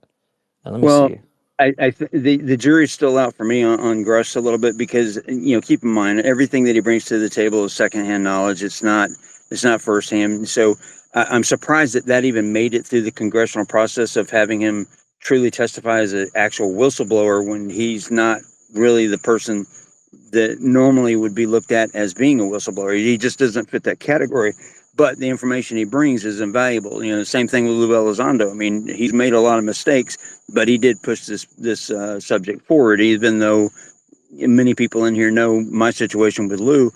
It's its own thing, and I'm not going to bring it up now, but that's in the past. And as this whole subject and topic moves forward, I think it's important that there's a balance in Congress, where they, I work with several congressmen now, where they have a question or whatever that's like kind of a little bit off the wall that they don't necessarily want to run by normal channels. and I work with them. Just say, hey, here's my understanding of it. Or if I don't know the answer, I point them to the person that probably does. And it kind of gives them like another way, like a balance sheet. You got to have some sort of balance in there. And right now, I don't see we see a lot of guys that are being groomed that are going into doing these, when you see Jeremy Corbell and George Knapp parading people into Congress, you start to wonder, okay, what process are these people going through? Because Corbell has some questionable things, and and it's a whole nother subject for us to talk about. But for a person that's a skeptic, that is also a believer. I mean, I have my own internal issues that I have to deal with, being both. That becomes an issue for me, but it allows me, in my mind, to have that balance internally. I think that we just need that balance in Congress. We need the balance that when they hear some of these stories, that someone comes in and says, "Okay, well, we've gone through this story and we've gone through this video." It's just like the Go Fast video is a classic example of a video that should have been clearly identified as what the object is or what the object isn't.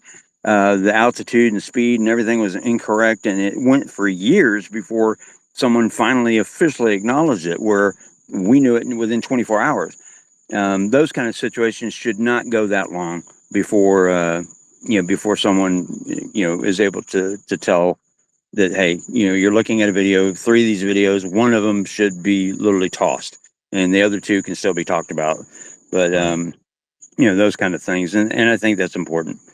Agreed, man. So 2 quick things about David Grusch. Number 1, he stated on Joe Rogan that he does have a piece of firsthand information that he was not able to speak about at that time. What that was has not yet been disclosed. He indicated it was not through whether it was stops or what have you. It's been speculated that he saw overhead imagery of something. And second of all, there is no such thing as, oh, that's an inappropriate person for being a whistleblower. In federal law, whistleblowers are anybody who comes across knowledge of illegal activity inside the government. That doesn't have to be quote unquote firsthand or secondhand. David Grusch is as legitimate a whistleblower as any other whistleblower. Right on. All right, real quick. Understood. Thank you, 5x5 and Mr. Man. I couldn't appreciate your guys' input here and professionalism and experience anymore. Like, it really, I lean on it a lot on spaces like this. I appreciate that. One thing I'd like to say about the NDA subject, if I can, real we're quick. Gonna get over to Science Bob. Make it quick, okay. please, 5x5. Yeah, I'm very quick. Thank you, Missile Man, for making my point about Grusch. Hell yeah. And I think you wanted to compliment me and Tupa as well. Right? Oh, you guys are awesome. Thank you, Science Bob. Thank you. Appreciate that. Anybody that does not follow Red's channel is missing out. Honestly, on a lot. Like, on a lot.